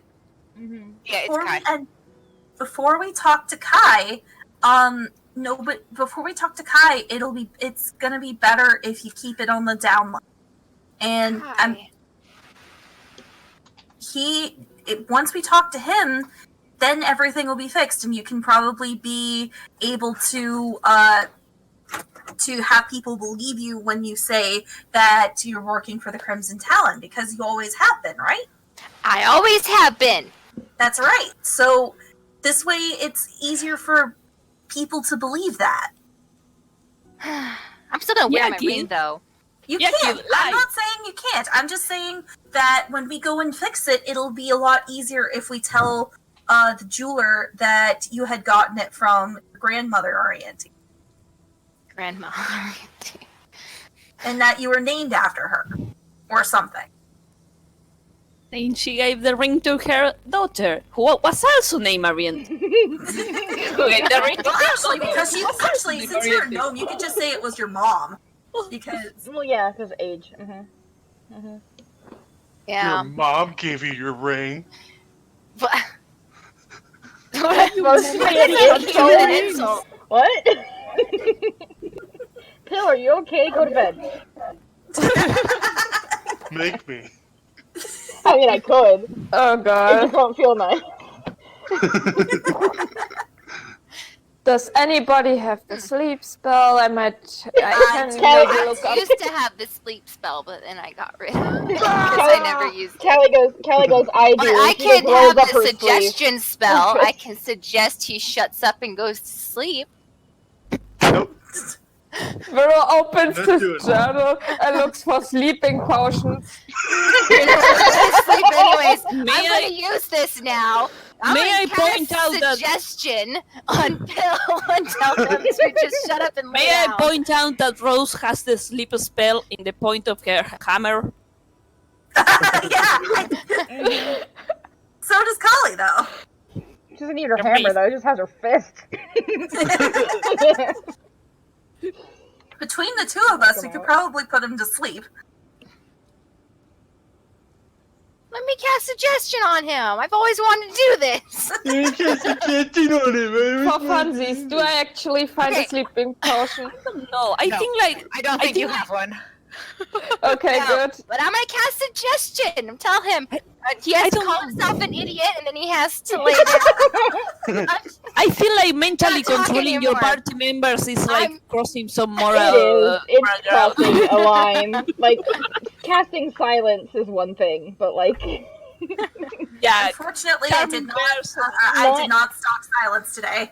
Charming your friends, not so good. You're the one who gave me this idea. It was a joke. she's a kid. She will probably be I would say able she to would get take it away literally. I'm a kid. Yeah, I'll get away with it. Yeah, because that's how it works. No, there's consequences Still are still a thing. Doesn't matter your age. Still flipping through a book, said slightly humorous. I'm 5 years old. I'm just seriously? gonna walk into a bank and just stick them up. I can make him not move if that's alright. Okay, you realize that making him not move whatever is not going to stop the fact that he's spewing nonsense, right? Oh boy, if only we have some rope. And I was also Okay. kidding when I was telling him to go to sleep. He can do whatever the fuck he wants. Okay? Yeah. Joking. I'm gonna talk! Yeah. Garfield, pounce. Let's not cast spells on our friends, please. No, so we'll just have the tiger attack him. Yep. Not hurt him, but just pounce on him. What? Go, Garfield! I'm sorry, was that not obvious? I was actually joking. No. Callie gets it too, but she's trying to relate for the child, not for Vero. For the I'm child. not joking. I'm being completely serious here. Yeah, for the child that we should not be casting spells on him, and that she was kidding. Yeah. I want to cast spells on good. Pill. If we're all going to Yeah. cast spells on Pill, it's going to be fun. We're not actually casting spells on Pill. Why not? Because It'll be for as much fun.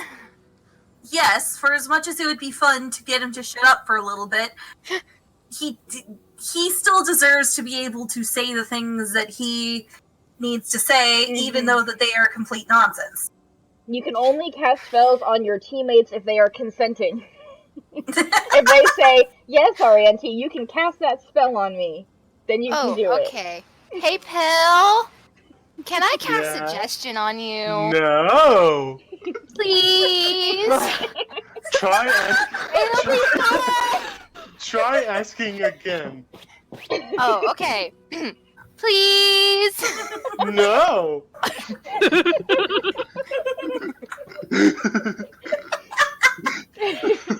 Pick it on the 10-year-old. I see how Garfield, come back me up! You too, gorilla! Oh, God. Please. No! Roar! Can we sleep already? I have 27 points of HP that I want to regenerate. Says Sarabi, and everyone's like, what's HP? What's HP? Robbie, obviously you've been spending too much time with Pill. I don't know what I said that. It was like a voice in my head was showing me some red bars. This is your fault, wizard. Oh, you get used to it. I see it all the time. Are you two alright? Oh, No, yeah, they both it's need just to go to fine. sleep. One of them's already insane normally, and the other one got beat up by a You giant know what? tree. So Miro, why do I keep seeing a red on your head? Sorry. Red.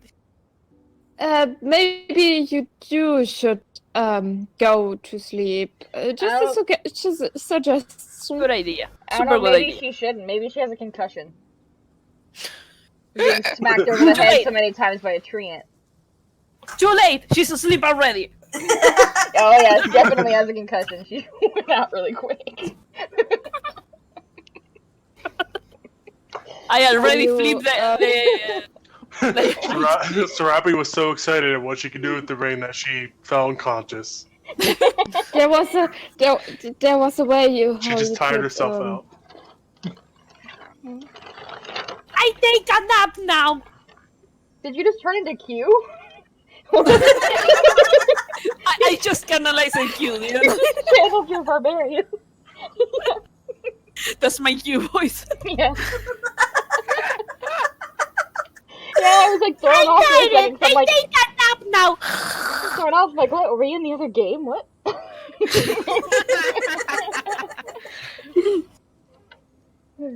Okay. Anyway, we all go to sleep. So we can get to the fucking leveling already. It's like, how many hours in? I just want my full HP. And your first level in Druid? Maybe yes. Mm-hmm. I mean, I can fancy. finally read obscenities in Druidic. This is obscenities that Vero is going to go behind and just erase. I'm just imagining. I'm literally imagining Sarabi saying bad things and Vera going through and correcting one or two words so it says something positive. Robbie's writing things about her. Blow out your rainbow. Yup, basically. This place smells so nice. Just replacing it with a dolphin sound. Your butterfly.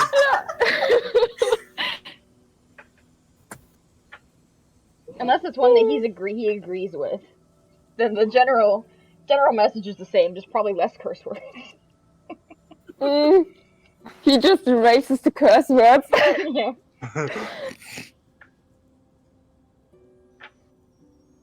Solid. Okay. Well, while you guys were going to sleep, while you guys were having this wonderful discussion, I was finding new for the inn. So that's why you haven't kicked us into going to sleep yet. No, I was finding fun stuff to do in the inn. It's fine. Told us to shut the hell up and go to sleep. Yeah. So, you guys eventually do shut the hell up and go to sleep. I'm gonna fix her HP, even though it's gonna go up anyway. Well, I didn't mean to do that. There we go. Feels good to have full HP already. There's graffiti on the inn. There is. From last time. Where? On the lady drinking coffee. When did all this happen? Why is the lady there? How did she go to yellow? So it's probably Abby. Yeah. Haha. I didn't even notice it. I thought that was part of the background. It's okay, it's all over the place. There's lots of things that are part of the background that are just added and they're going away. Okay. Letting us breathe on the map is too much power. Yep. Oh no, it's fun. It's nice to let you guys draw on the map. So yeah, so you guys eventually do go to sleep. And this time it's nice because you don't have to have any kind of watch. You know, this time the forest is protecting you. So when we were eventually... kids. Sorry. Yep. That's cool. Actually really cute. Yeah. So eventually you guys do manage to go to sleep, and then you wake up in the inn. All of you actually together this time. You're not split up into groups. It's all of you. But the inn, it's fairly empty. It's one of the less populated times you've seen the inn. You show up and you see your front area with the cafe and then the series of doors leading to the different hallways of the leveling chambers and bedrooms. But then to your I gotta be right back. Okay. Yeah. We'll do Rose later. Yeah. Okay. But yeah, so to your left is the library section, and then to the right is the sort of table and dining sort of common area. But yeah, so you guys just kind of are there, and you show up, and there's maybe 4 or 5 people total besides you 6. It's actually just a very sparse a number of people in the inn this time. And huh? I missed what you said. I said probably not with us here now. Oh no, not with you guys. There's a lot of us. There's 10 of you. There's 10 total. And Filigree appears like Filigree does. Let me see. Where is Filigree's little? Ah, there he is. Filigree, you're not gonna believe this. So you go. So Filigree appears. And he sort of like does that cute little thing where he's like cleaning his whiskers, and he stops when he sees all of you, and he's like, "Ah, guests! Yay! I'm so happy to see all of you. Why are you all here together? Oh no!" No, it's okay. We are alive. I think. I hear the faintest bit of pain coming from his voice. You're not gonna believe You're all this. troublemakers. You're all here. Ah! Hey, Filigree, it's been a long time. How have you been? Oh, getting around, seeing some new places. I'm thinking of adding a new wing. Wouldn't that be fun? Oh, cool. What are you gonna put in it? I have no idea. The voice is telling me something about video games. I wonder what that is. What are we videos? You should put a pool. I don't know what a pool is, but you should get one of those. I mean, you A probably swimming know what a hole? pool is. Yeah, a swimming hole. Video games. Swimming's fun. I was thinking about the game. Pool game. Oh my god, that's out of character though, There's a bathhouse. game center over there already. There's a game center? Yeah. Over on the right hand side, there's a bunch of tables. They've got like a wall of like board games and card games and stuff. And periodically, there is a group in here who plays D&D. Is there a pool table? Probably. Now that you want, there's a pool table. There is a pool table. The inn is one of those places that you're like, is there this thing? And it Yes. appears. Is there a video game? Video games? No, you do not see video game stations. You do manage to find an Atari. That's about as close as you're gonna get. Yes. There is an Atari, so you can go play Pong. What is this machine? Yeah. So there's some tech. It's embedded into the wall, so it's like a glass. So it looks more like a mirror, so they're not freaking y'all out too much. And then the controllers are like made out of wood. What? So they have the retro wood case on them, so that they look like they're wood, they're faux wood or whatever. Yeah. But yeah, so they're trying to make it look magical to help people from freak out as much. So like the TV screen is like, it looks like it's a mirror, like it's a magic mirror that's projecting a thing that you can control. It's very designed to not, because again, it's trying not to freak you all out. So a lot of the like electrical high tech things look very retro and or like they're from the Like you could think magic's controlling it. yeah, so very steampunky. Yeah. Filigree, you're not gonna believe this. We fought against a zombie there and against a mecha tree, and I got a ring, and I will show it to you, but you're like one of the few people in the world I don't want to flip the bird to. You can just pull all your fingers up and show him, you know? Yeah. Good idea. Then she shows her whole hand. Yeah, so you show him the ring, and he goes, he tilts his little head, and he looks at it, and he goes, wow, there's only like 2 of these. Which one's this one? And he kind of like says, can you turn the ring over? And he like gesturing for you to like rotate the ring on your finger. rotates her whole hand. Why not? Okay, so you flip your hand over, and he kind of looks closer, and his little tiny paws grab your hand, and he kind of like pulls your fingers closer so he can look better. And he squints, and he goes, 1 second. And then he goes into one of his little vest pockets, and he pulls out this pair of teeny spectacles and puts them on. This is too adorable. Back down to look at your hand, at the ring, and goes, "Oh, it's a spark stance. This one's got a little nick on the bottom from when. Oh, well, you know, just from the last fight it was in, but it's fine." And he goes, "This is a really nice ring." Do you know anything about my ring? It's nice, isn't it? It has these claw marks on it. I have a ring too. Yeah, okay. Sorry, Pats, I meant to hear. Filigree giggles, and says, "Yes, your ring is just as lovely as the last time I saw it. But shall I get you all your room keys for today so you can set your things down?" Yes, please. Yes, please. Okay. So Thank you Arianti, so much. room 6 bard, Kali, room 6 fighter, Pill, room 6 wizard. You're still wizard path. Mm-hmm. Okay. Sarabi, druid or ranger? I'm gonna take my first option, please. Okay, druid. You get level 1 druid.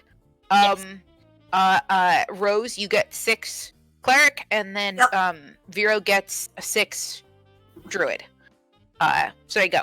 So you guys all get your key assignments, and of course you can go to your rooms whenever you see fit to level, as however we decide to do this arrangement. But of course, there's basically you guys get to hang out and talk, but it's who wants to level first.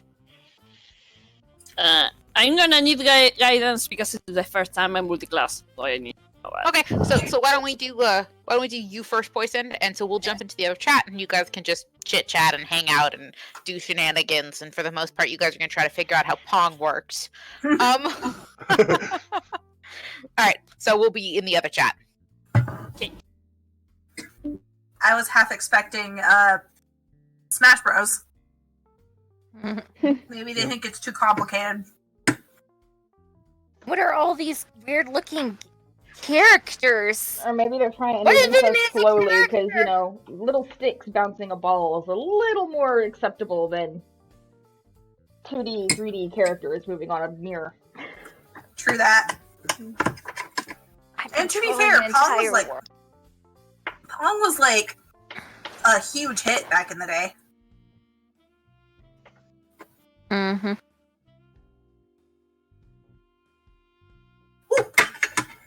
Sorry. I'm gonna get a high score. I'm gonna name myself Mad Max. There's only room for 3 letters. Oh god. God.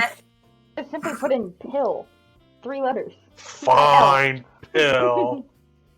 I've wanted there Sarabi to be plays a and she puts in reference. ass. Yeah, I put in Ari. Mm-hmm. Rose, if Rose ends up getting a high score, she just puts ROS. Oh, there's not enough letters. Okay. Roll. Call. Yeah, kind of enough either. Actually, she would probably just put KR. You don't even need the 3rd Okay. letter. Yeah. KR space. Mm-hmm. Or K space R. Yeah. That's a good point.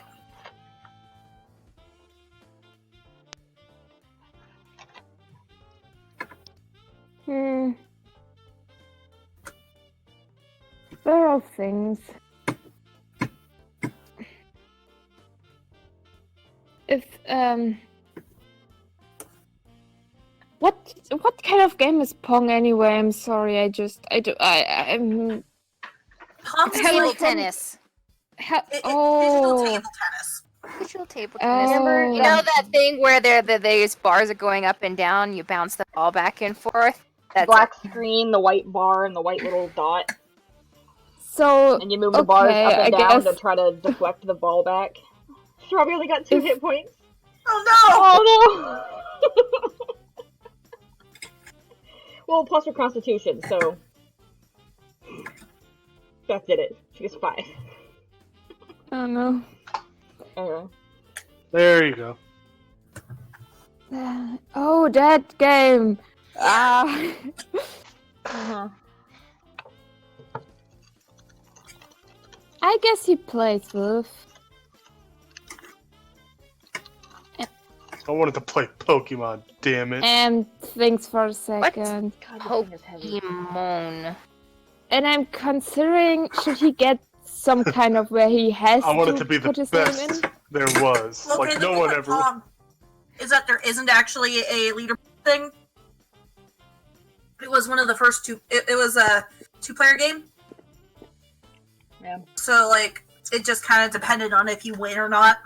Mm-hmm.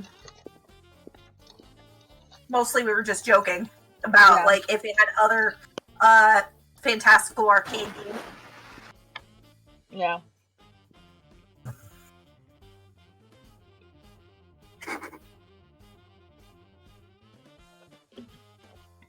You know, I think Callie would find it boring after a while.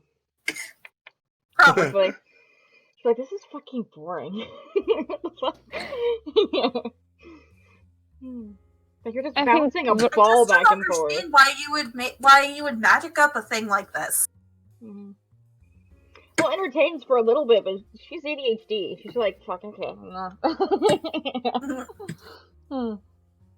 She'll only handle so much. Vero doesn't really see the sense of that game. So. Mm-hmm. Rose and Pill can play. Yeah. Like, she doesn't get why the game exists, but she still thinks it's fun. Certainly a lot more fun than, say, poker about 3 million times. Yeah. Go along the board game wall and see if there's a new game we could learn to play. They find Cards Against Humanities. What's this? Vero, oh god, Vero looks at a few cards and says something that we're not going to play. Puts them back. No. I actually see Callie finding it, pulling off the shelf. She goes, because it says Cards Against Humanity, so it sounds like a battle game, because it's against, you know? It's like, ooh, fighting game? They look through it. It is not a fighting game. They're like, oh. Yeah. This is inappropriate. And Vero's like, we're not gonna play this. And Kelly's like, we're gonna play this. We're not going to play this. Yes, oh my god. If you're playing this, you're playing this without me. She's like, Rose. Rose, look at this game. Yeah. And Pill, for that matter. Both of you look at this game. We are definitely playing this. Vero, come on. No. Do it or I'll dress up like you right now. What? What? I'm gonna transform into you with the hat. In front of everyone here. There's barely anybody here. I'm just like imagining Pill pointing at an empty space. Vero just puts his head up. So, I don't care if you put me into a dress. I don't mind it. It's just a this is more embarrassing than any dress could ever be. I'm gonna do embarrassing stuff too. Don't bully him. If he doesn't want to play, he doesn't want to play. Fine. For that matter, our auntie probably shouldn't play either. Not this game. Imagine like her ear just twitches a little just hearing her name. What'd you say about me? Or you were talking shit? She's not even in the same room and you hear, oh, she's not. What did you say about me?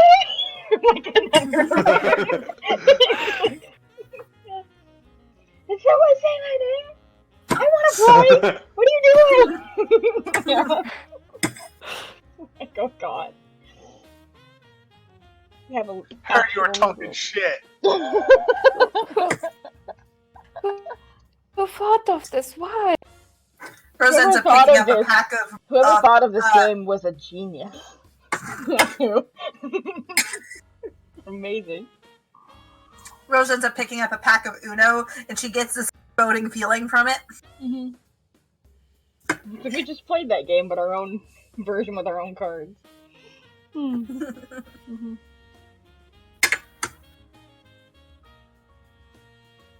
Other games. During Christmas, one of my cousins taught a bunch of us how to play what she called Dirty Uno, where she took a couple. Sarabi rolled low again.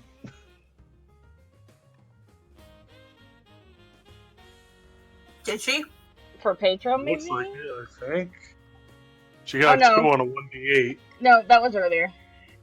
Oh, okay. Yeah. But anyway, basically a couple of the Uno card packs were put together, and so there were extra rules, hey, if you got if you got a green 5 and you also had a green 5 in your hand, you could play it still. Mm-hmm. And it would count as an extra turn. Stuff like that. It was fun. That's cool.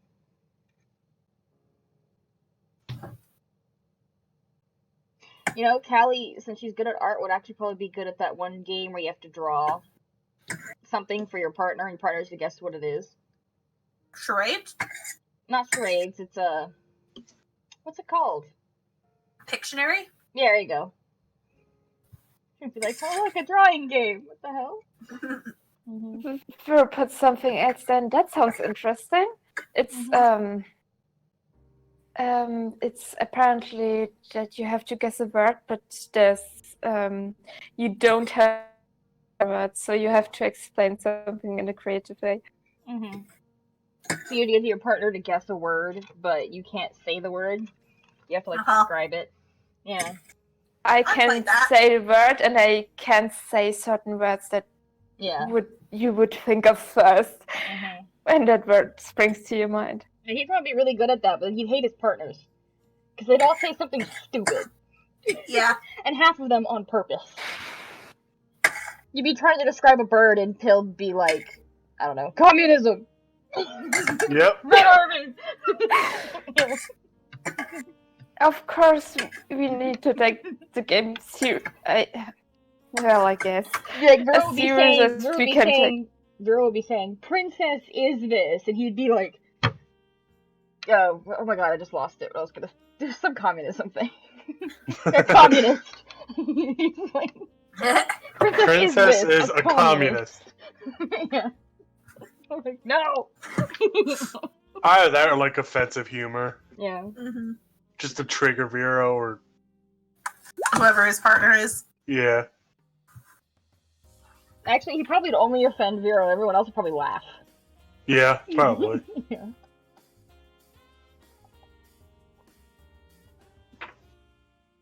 Everyone else would find it funny. And depending on what you said for each person, you might end up... I can see Pill's goal is to offend Vero and try to make anyone else laugh so much that they get off track of what they're supposed to be doing. They spend more time laughing than doing it. Because you can't really offend them. So. Yep. Maybe you could offend Rose by telling her Avandra sucks. Yeah. That would get her. Avandra bad. Avandra smelly. Oh, God. I heard Avandra already has a girlfriend. Sucks to be you, Rose.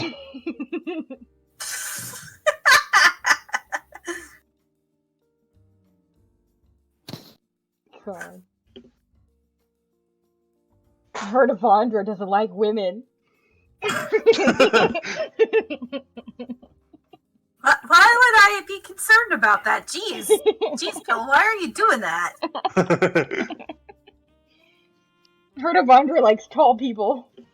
Okay, that would probably get her, okay, that's enough. Yeah.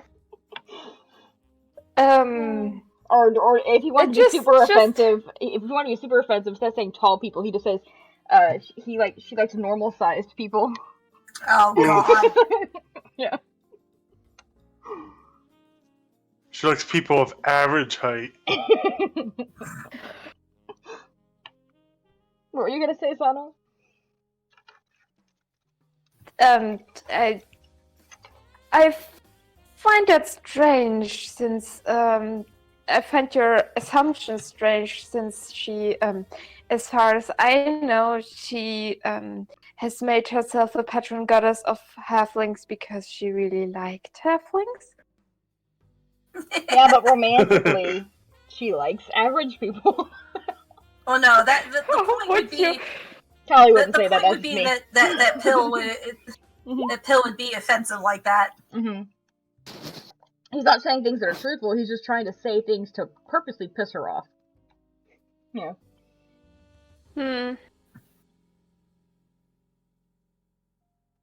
He probably tried to purposely piss everyone off. Probably. Mm-hmm. You know, I might go to the library. All he has to do for our auntie is just say acid. She's like, ah!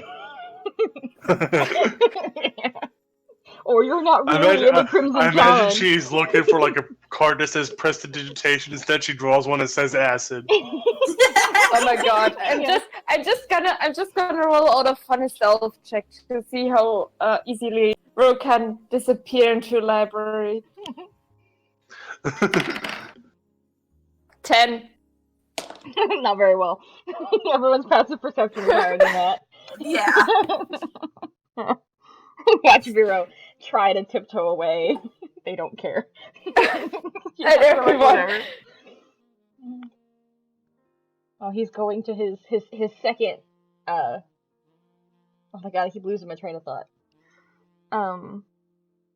His second happy natural place. His second natural habitat, the library. The first is the forest, the second is the library. Imagine the heaven he would be in if he found a library in a forest. You know, Perfection. Yeah. They would never find him again. He would never leave. He could just live there.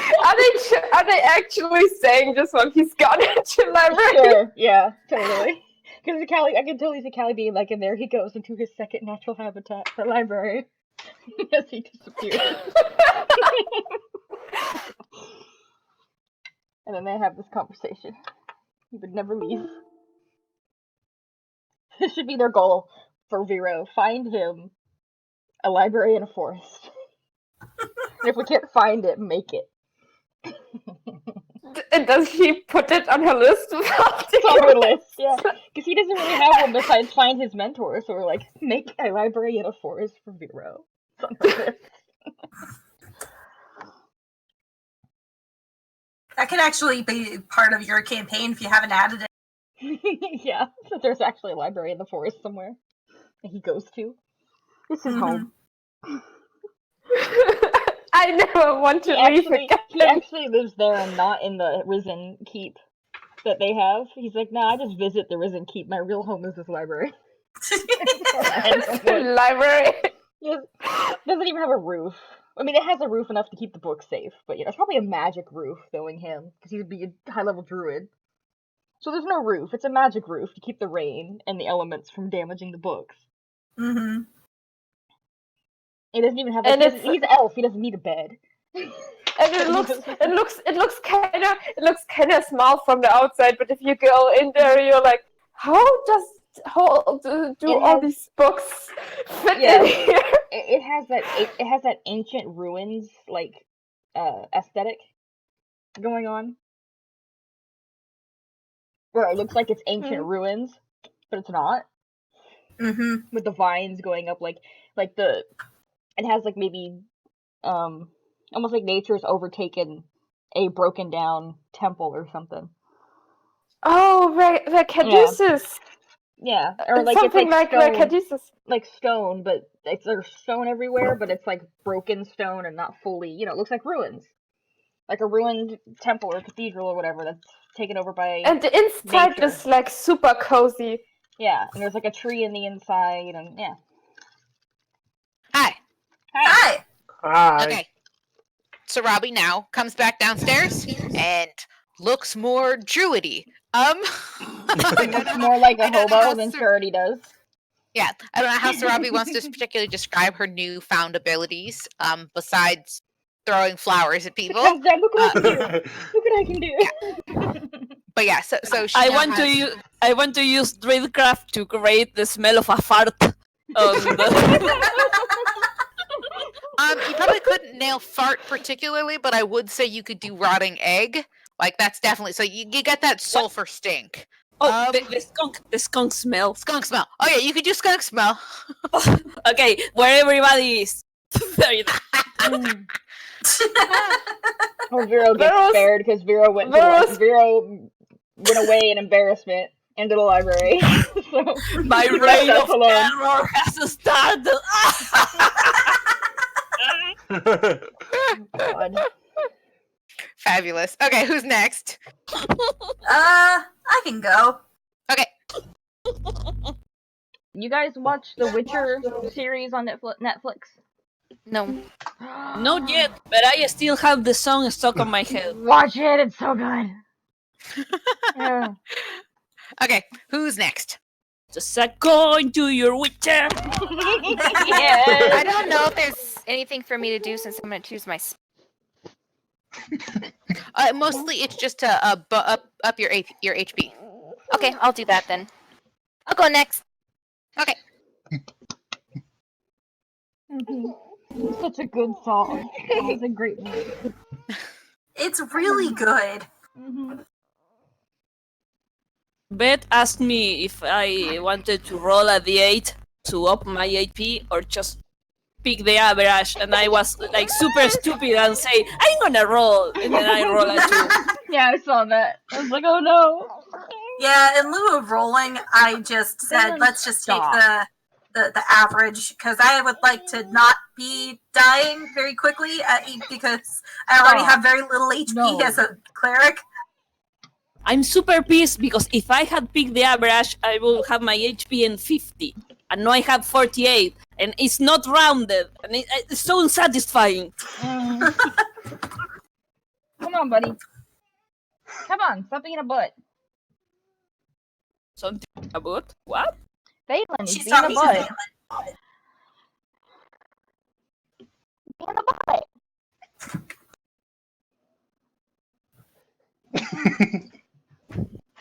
Stinker. That's what he is.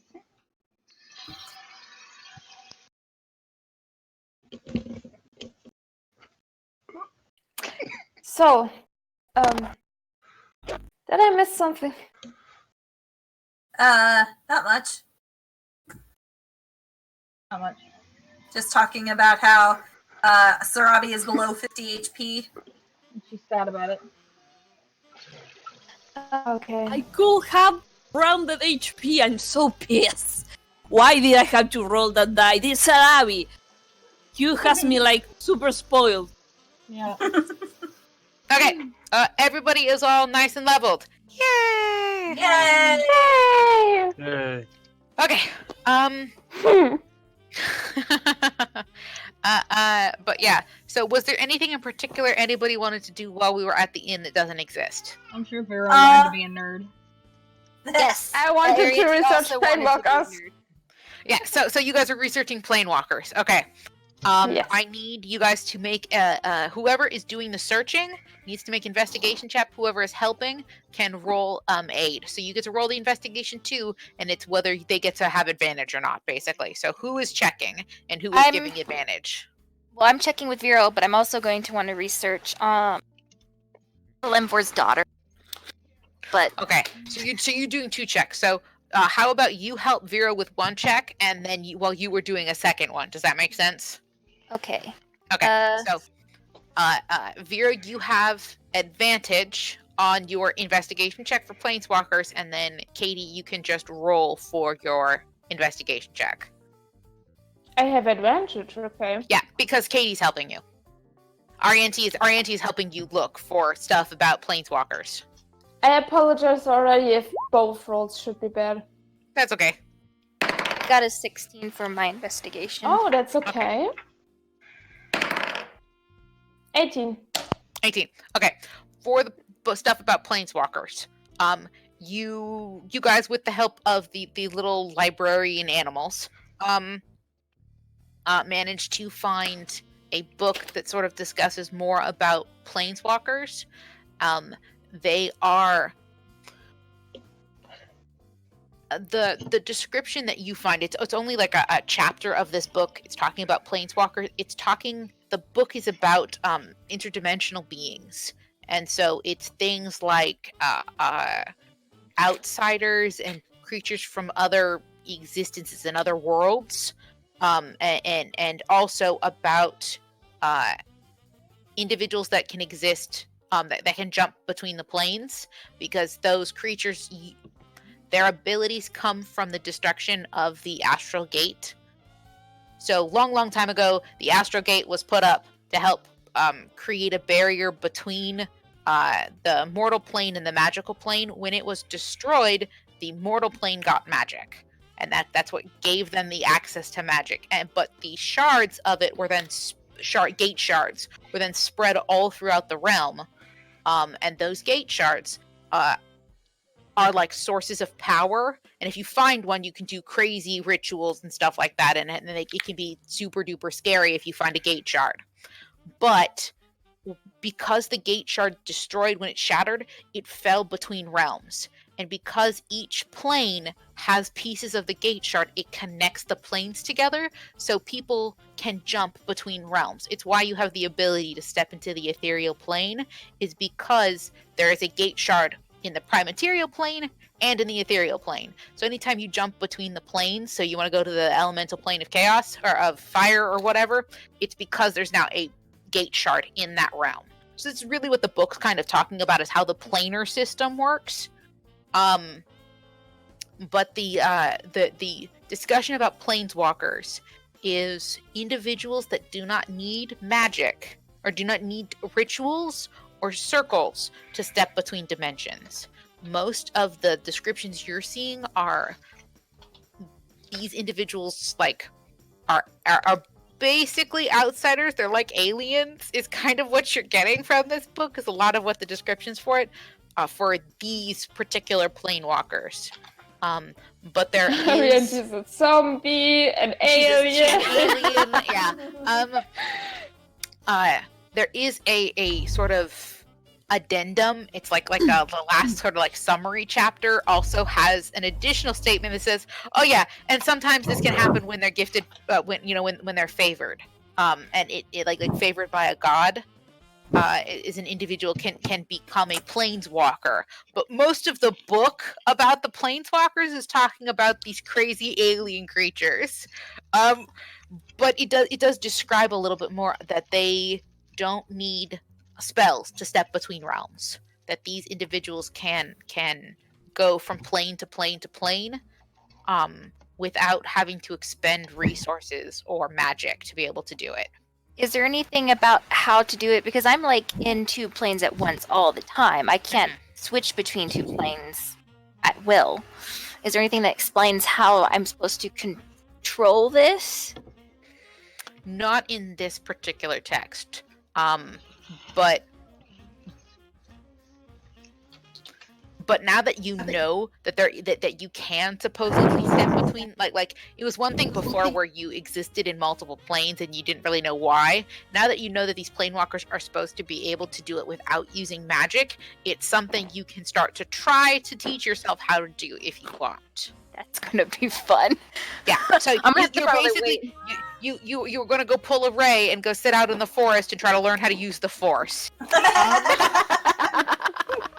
So that's kind of where you're at right now. Is you're gonna try to learn how to use the Force because you don't know how that works. I'll have to wait till I'm out of the end that doesn't exist because I don't want to pop out. At some point, the child can only not put herself 150 feet on another place, but jump through planes. Nobody knows where he and she will be. That'll be fun. Where's Arianty? Did you look at the Ethereal plane yet?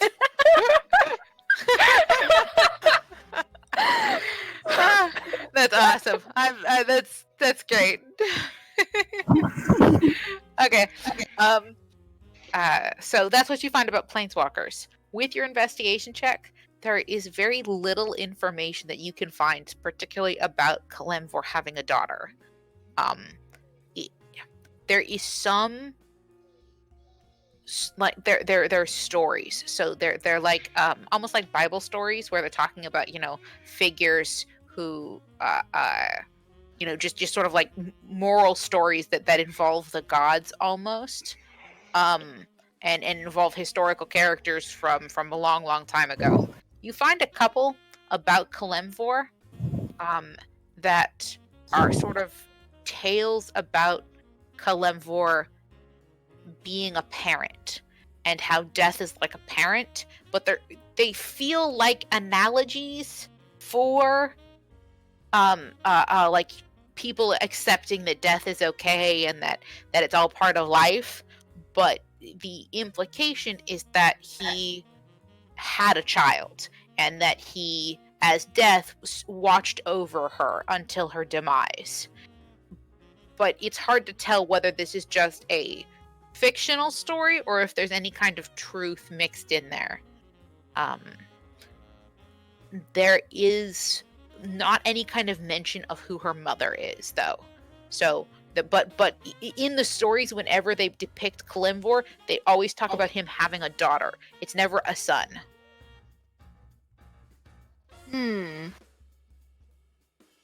We are red herring too. But yeah, the Does it make sense to look up Gabriel again? Because I think I tried a lot. Like once I just got a mention. Then I researched dragons. I still have advantage on dragon checks. But Gabriel in a special isn't in this. Gabriel isn't in this library. We already established that, didn't we? Or did we? I'm sorry. So far, you have not been able to find very much information about Gabriel, particularly. At least from the kinds of texts that you've found so far. You don't know whether it's the fact that you're not sure. It's like when you do a computer search and you're like looking for something and you don't have the right buzzwords, and so you're really struggling to find it. You have realized that you don't know enough about Gabriel to search for the right buzzwords, basically. You don't know exactly what kind of text you need to be looking for in order to learn information about him. I see. Yeah, so you can continue to keep searching. You may eventually like run into a book about him. So if you want to roll a check, you can try, and we can see where you get this time. I'm sorry, I keep annoying you guys with that dragon. I just want to know. Dragon's cool. I just want to know. You're fine. What my mentor's up to. Yep. Natural 20! Woo! Nice. Well done. Okay. I can make a photo of it. We believe you. Okay. I need to find my notes about Gabriel. Hold on a second.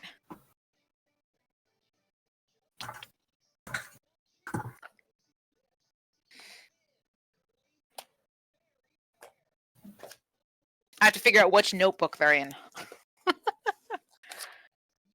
Here we go. Here's Vero. What's Gabriel again? Gabriel is the dragon. The Impervious Silver is the name of the dragon. Oh, the friend of Vero Master. Yes. Yeah, he was a friend of Vero's master. You still recording, Sol? Yeah. Sorry, I'm excited. Yes. Okay.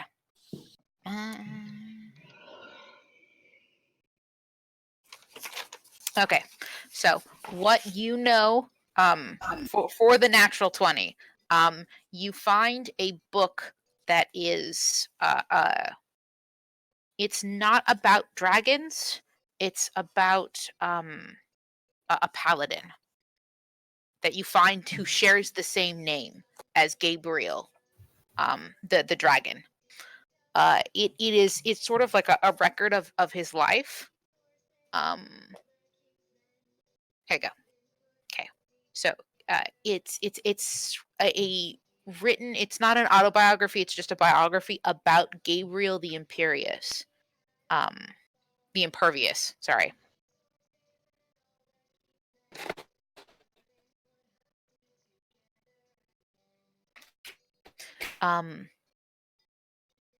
He was a legendary figure from hundreds of years ago. And there are legends of him, fighting gods for their legends from of him from fighting gods to saving cats and trees. This dude was just basically an all-around good guy, and each chapter is kind of like a portion of his life. From when he was a young man and he left his home only for the he left his home to go become a knight, and when he returned, raiders had destroyed his town and his family had been killed. To then God. as him being sort of in his young adventurer days, and him fighting a Hydra, and him slaying this great beast, and earning a sort of a title as the Impervious because he was the only person of his group to survive the fight with the Hydra. Um, then to him being an older adventurer, and some of his great heroic feats as being a paladin of the Raven Queen. And then finally, towards the end of his life, being cursed. And it doesn't go into a lot of details about him being cursed, but it talks about sort of the end of his career, and how he was cursed by an evil god, and this curse trapped him somehow, and it sort of stole his humanity, is what it keeps talking about. Sounds familiar. Pietro, you mean?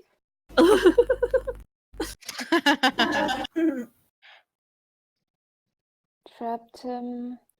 Paladin of the fighter who left to become an adventurer. Hometown got destroyed. Those poor hometowns, towns never to be left. Yeah, everybody's got to have a tragic backstory. This is why you also. I kind of missed a bit before, like, he was a fighter and got back to his hometown to find it destroyed.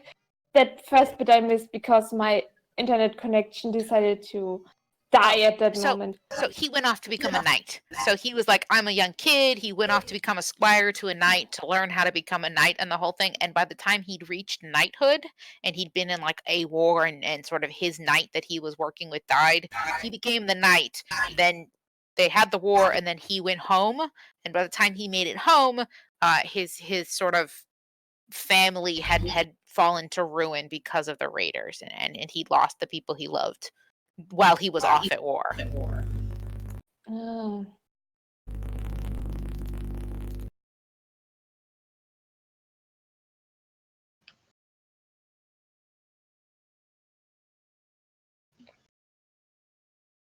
So my mentor was friends with a dragon that wasn't a human. Interesting. He got turned into a dragon. That's like a win-win situation. Depends. Plus, I mean, okay, yeah. Depending on the context and depending on how his personal feelings on it was, like, it could be like a Fae deal where, oh, I'm giving you a blessing, but it's really not. Mm-hmm.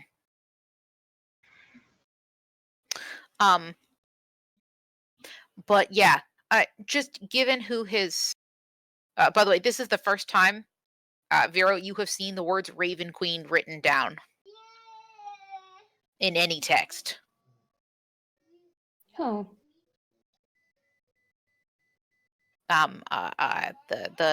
The Raven Queen is not someone you're super familiar with, except all of you are. Ha ha. But yeah, as a known member of the Pantheon, she is not really a known member. But from the little snippets you have gathered, her whole sort of purpose is the ferryman of death. So she is the person to help souls move on. So becoming a semi-immortal being sucks if you're a paladin for her. Yeah, it does. Yeah. So and he was human, very clearly. That they sort of they make very clear. Although there's implications that he may have been, he could have been a demigod or a half elf or something like that. He had human ancestry, but everyone's like, but he also could have been, descendant of He's an Eskimo. yeah. Basically, yeah. So he could have been any kind of descendant from so and whatever. So there's lots of unresolved mythos for who he is and like what his background is, other than the fact that he appeared human.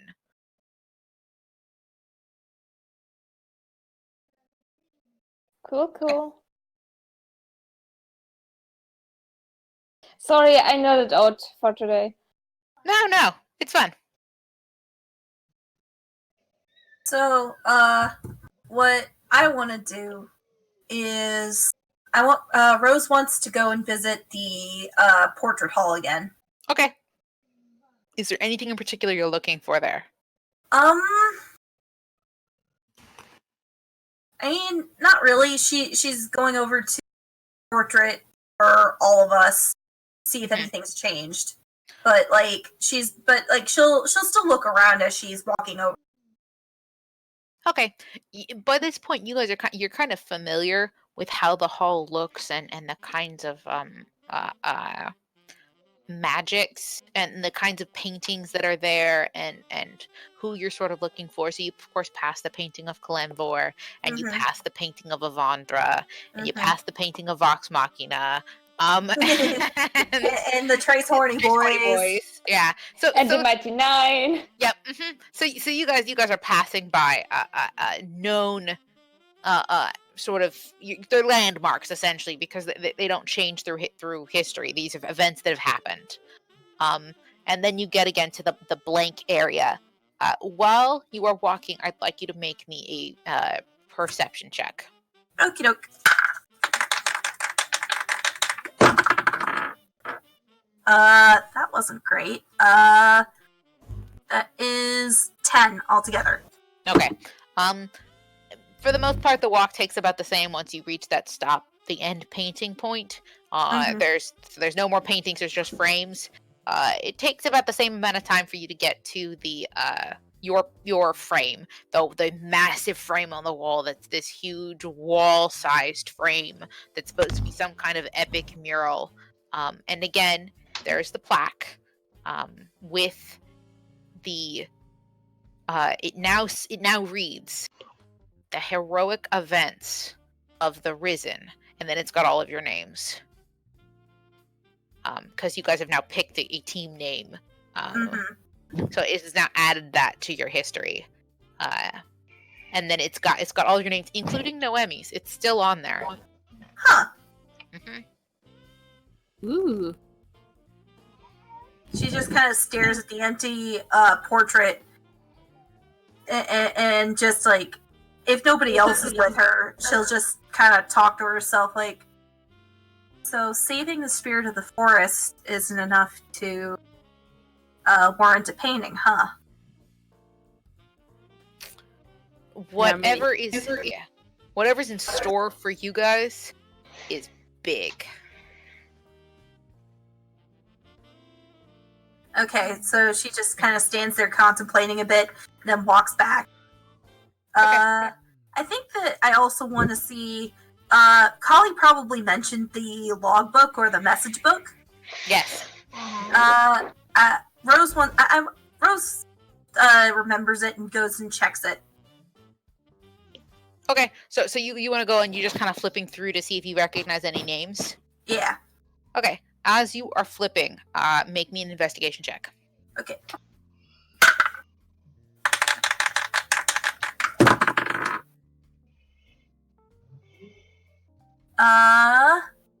That's 13. 13. Okie doke. I need to flip to your character notes. Hold on.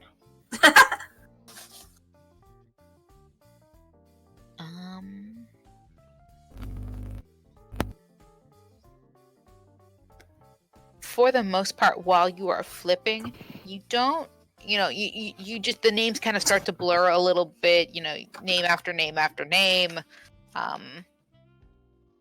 But eventually, you do find... Sorry, I'm reading. Hold on, I have to find the name. You're fine.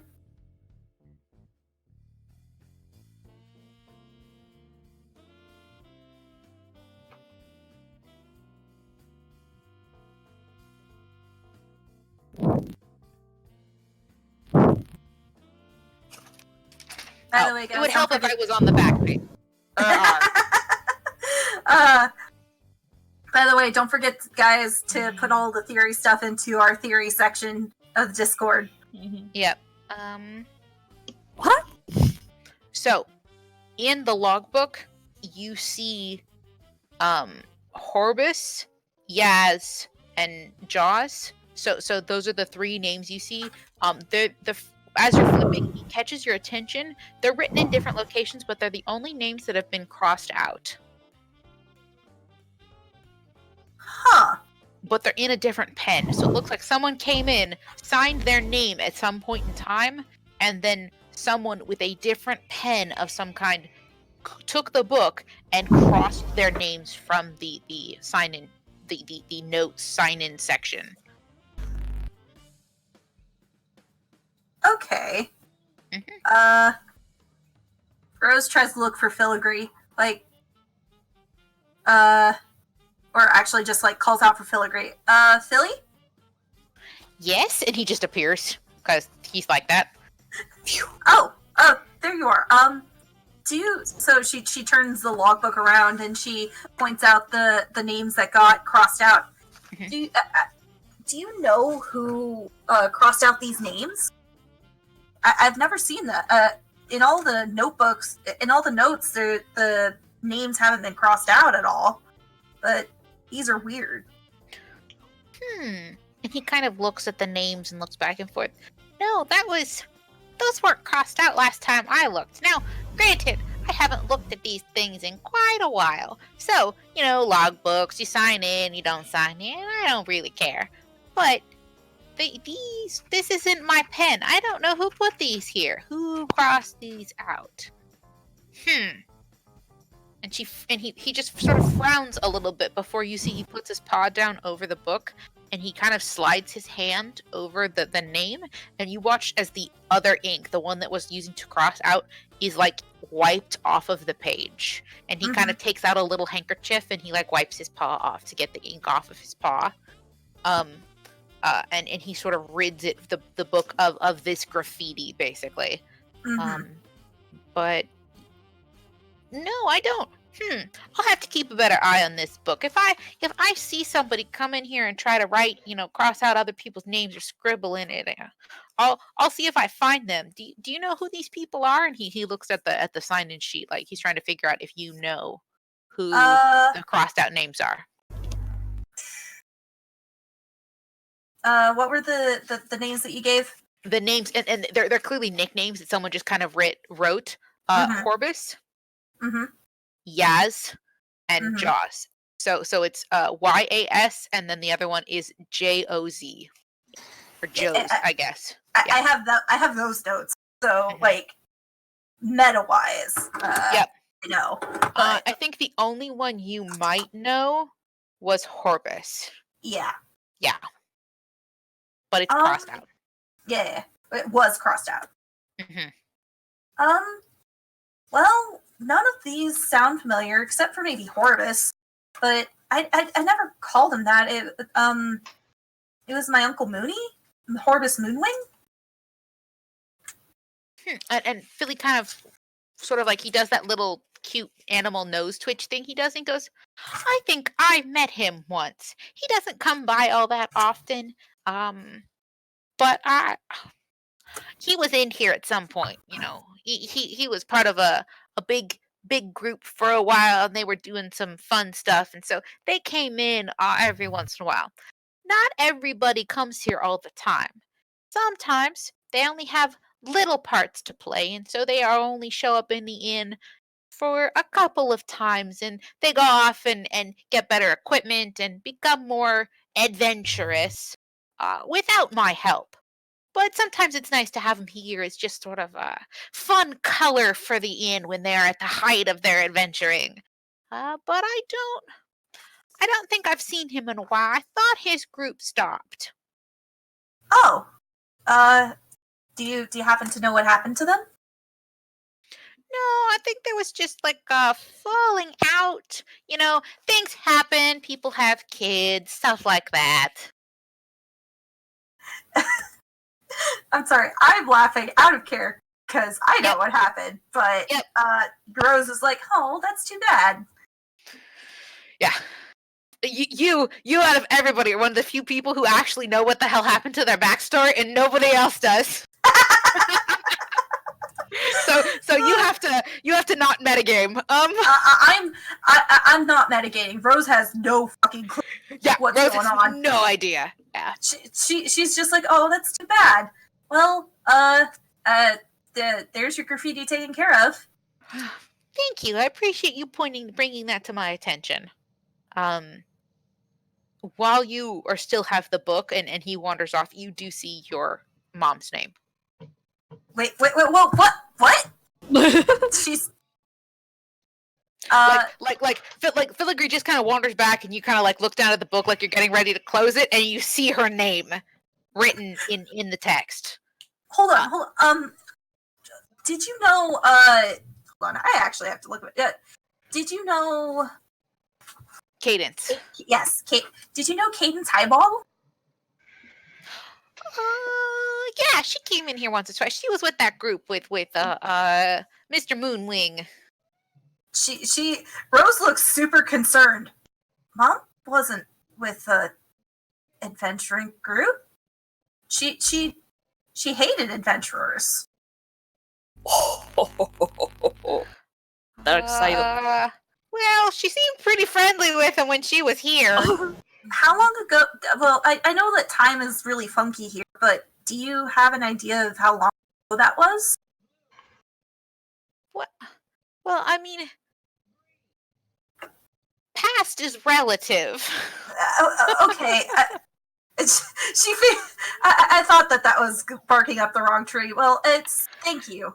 Yeah, because, I mean, you guys arrive out of chronological order. So this could be, like, the second time you've actually shown up in the inn versus, like, the actual sixth time or whatever. So, like, for you guys, this is all out of whack. Yeah.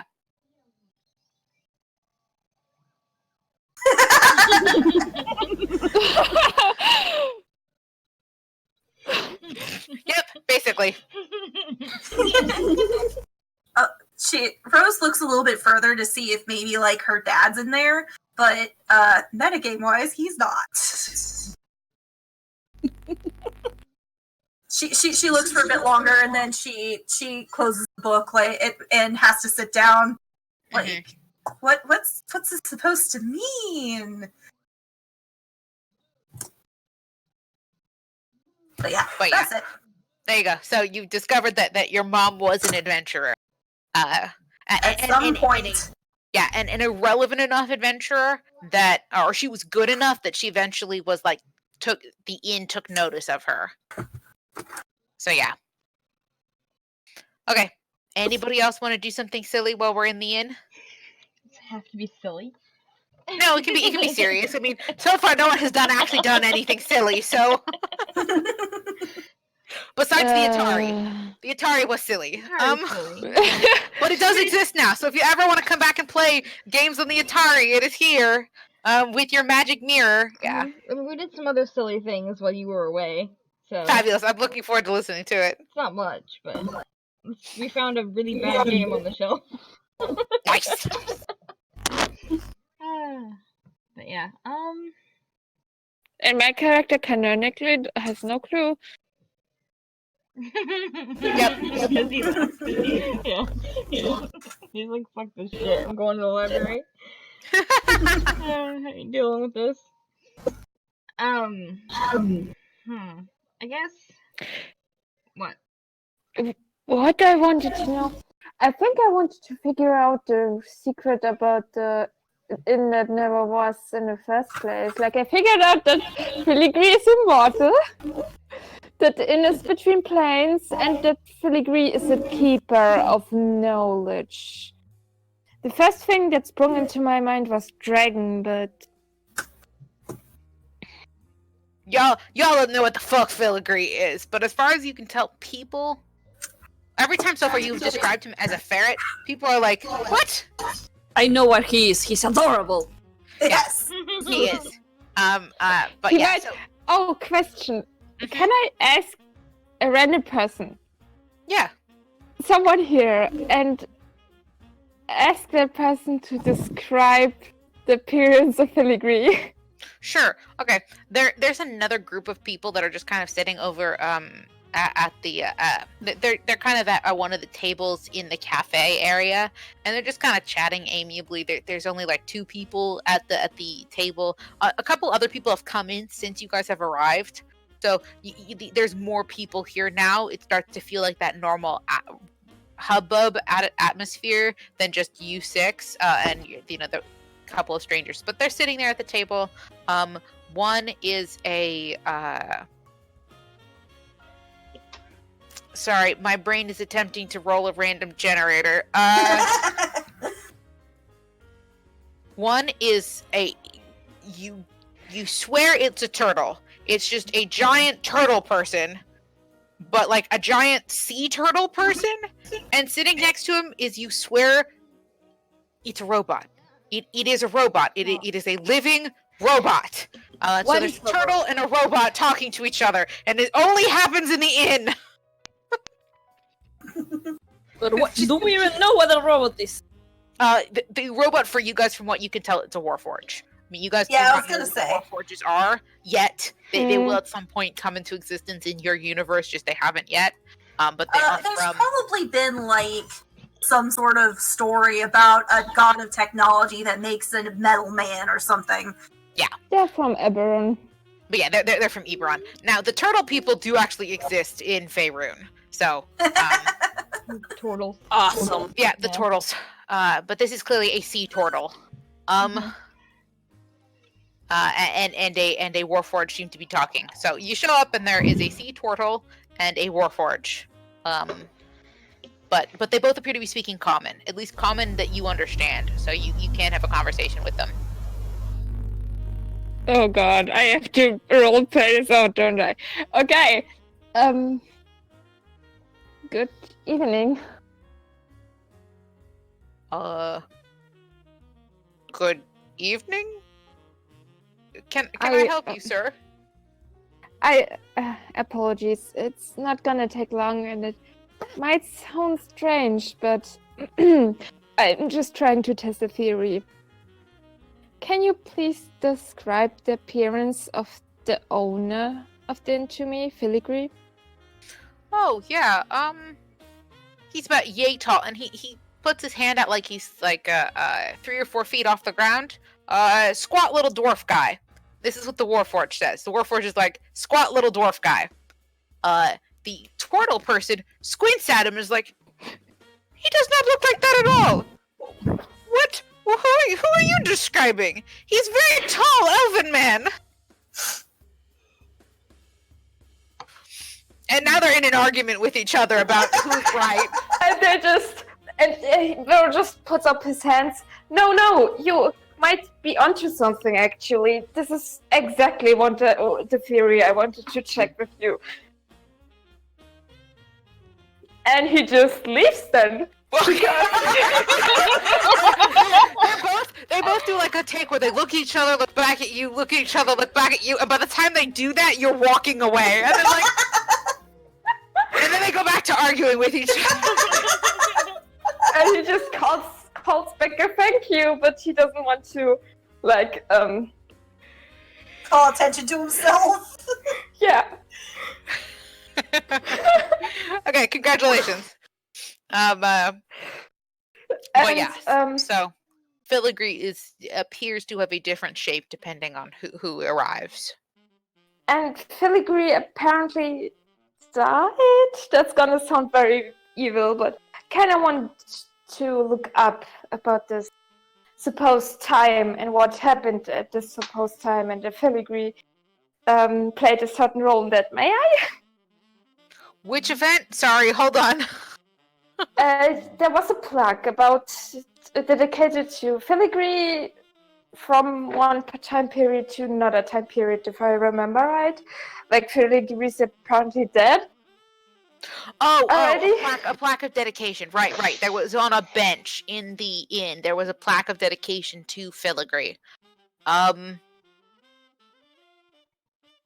Okay, you start to look for information about this, and so you pull a book off the shelf, and so you're looking for a particular book, and the little creatures are helping you, and you pull a book off the shelf, and when you pull it out, sitting in the slot is filigree. He almost lets the book fall. It just sits it down because letting a book fall to the ground is a disgrace. And filigree kind of like he just looks so caught, like so sorry and caught. And filigree does that cute little like ferret hop where he hops forward a little bit on all fours and then stands up again and goes, "Stop that!" and then runs away. And he just puts the book back and is like, okay. Yeah. So you're gonna have to be sneakier next time you want to try something like that. So apparently, whatever filigree's plaque of dedication is for on the bench, you're going to have to try to gather information without filigree knowing.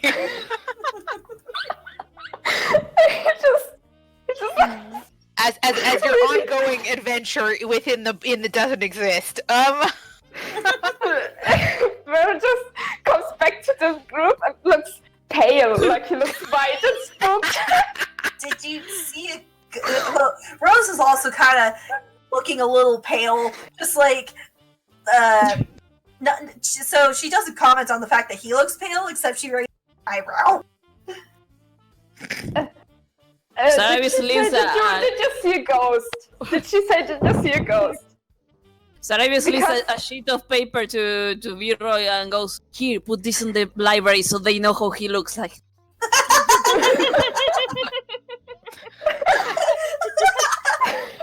Is it a stick figure?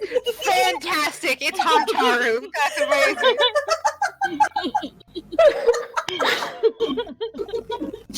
I just want to know, did Rose actually ask if he saw a ghost? Sorry, what? Did you ask him if he saw a ghost? No. She didn't actually ask. She just kind of raised an eyebrow because she's already kind of emotionally devastated. Like, everything that she thought she knew about her mom was wrong. Instead of saying anything, he's gonna ask, "Are you okay?" I just found out that my mom came to the inn that doesn't exist, and I didn't even know she was an adventurer before. She didn't.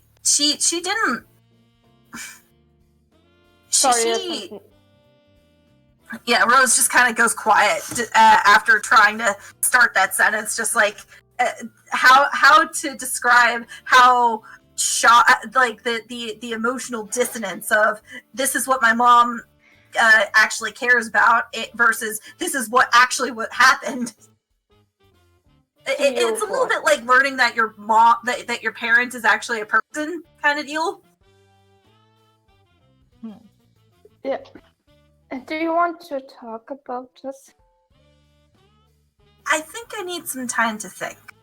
And she orders a drink from the bartender there, and just takes a big swig of the wine that inevitably comes up. Yep. Really good wine. Yes. And he's just gonna ask really quietly, when Rose is gone. Filigree's a ferret, right? Yeah. When Rose is gone. When Rose is gone. When she's off to drink because he doesn't want to bog down Farah. He's gonna ask Sarabi and Callie and Pills. You know? Okay. So that he doesn't Rose, marry her. takes a big drink, hears and asks the question, is like, yeah, and then Vero books it. Just goes to the next person. Goes down the line. No, he's just gonna ask his group. Well, yeah, Okay. we're just saying, like, you leave Rose to go to the next person. Hey! In your group. Yeah. Yeah. He's just gonna... Okay, strange question, but Feli is a ferret to you, isn't he? Quiet, so that he doesn't hear him. What? I can hear you!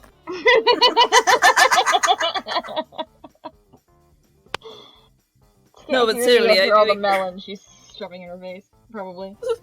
Yeah. No, she said that Vera is asking the rest of the group if Filigree appears as a ferret to us. She shows again the masterful drawing he made.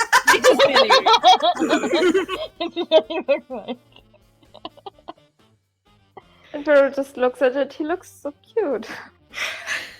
Because he is cute! Callie looks at the drawing. She goes, "Yeah, it's pretty accurate." I think my favorite part is the stubby little arms. I just really love that they're stubby little arms. He's like a potato with arms. Philly should hang it on his refrigerator. A cute potato. Refrigerator is, but still.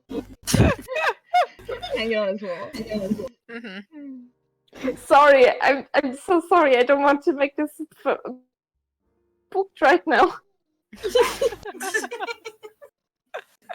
He knew Philly was strange, but that was kind of creepy.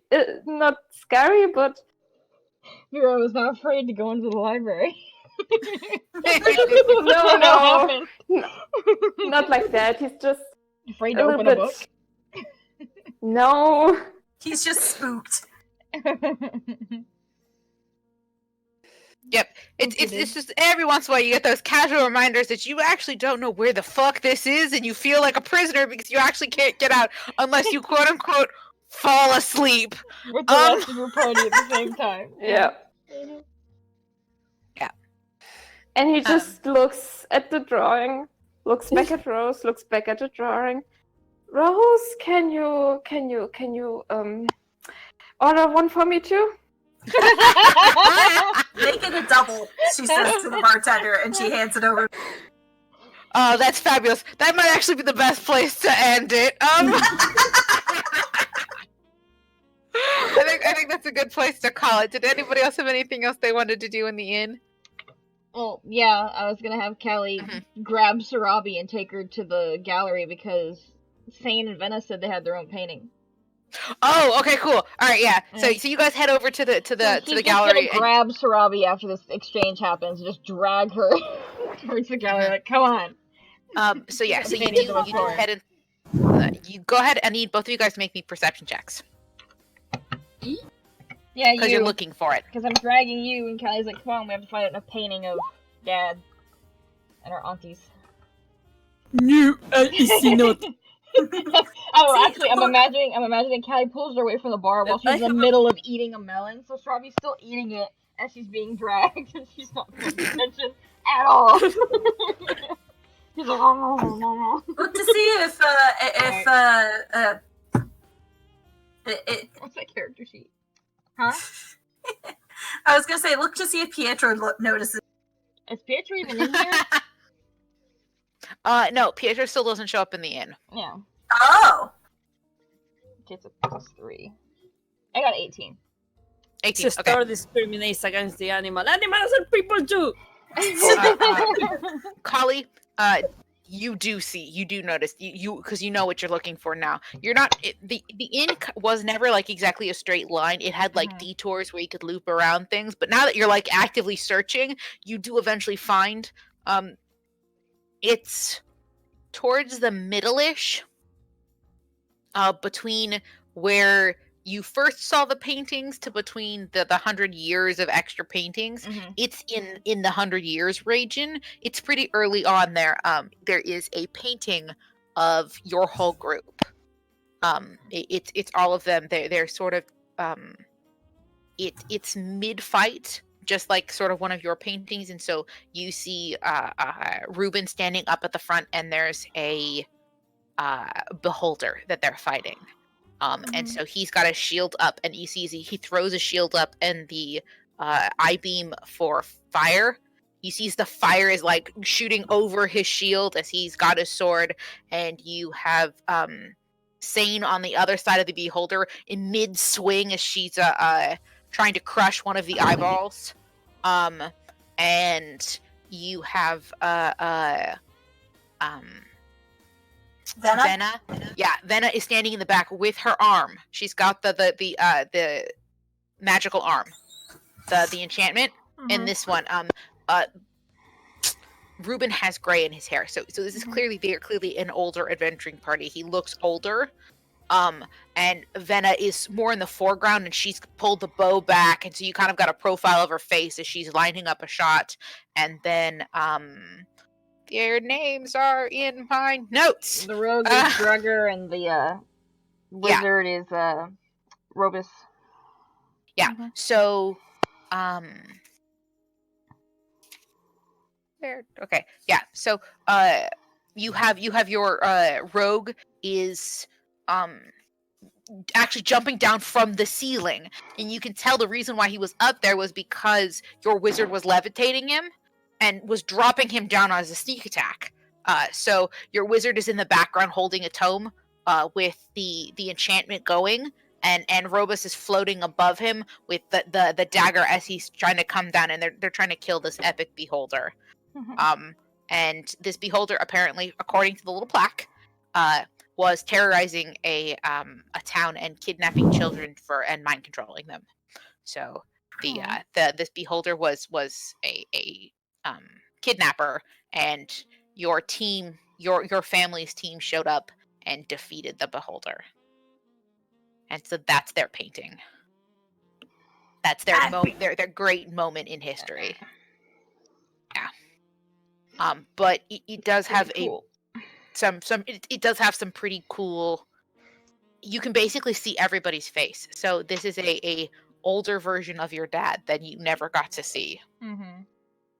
And it's your whole party too. It's all of them are alive at this point. Yeah. Yeah. But yeah, so there you go. There is your painting from the inn that doesn't exist for. You'll linger there for a while. And then get an idea and probably run off and go get our auntie to show our auntie, hey look, you want to see Sarabi's family? Come look at it. That's awesome. Show our auntie the painting. Aww. Yeah. I'm sure that our auntie tries to see resemblance in Reuben and Kali. Oh, for sure. The resemblance is apparent. Clear as day. It was one of those things. Is like, how did you two not know? It's more like both in denial. Yeah, anything. Or more like Kylie's like, I believe what my dad tells me, and he's just like in denial. Yeah. But basically everybody in the party was like, Reuben.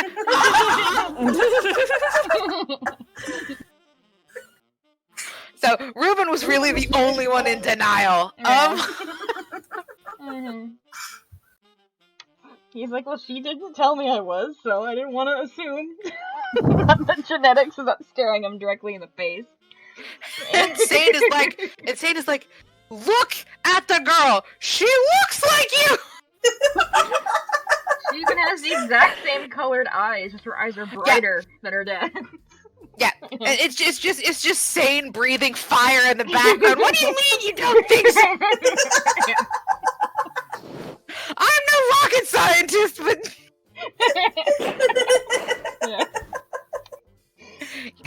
yeah, that was always something that irritated the never-ending shit out of me.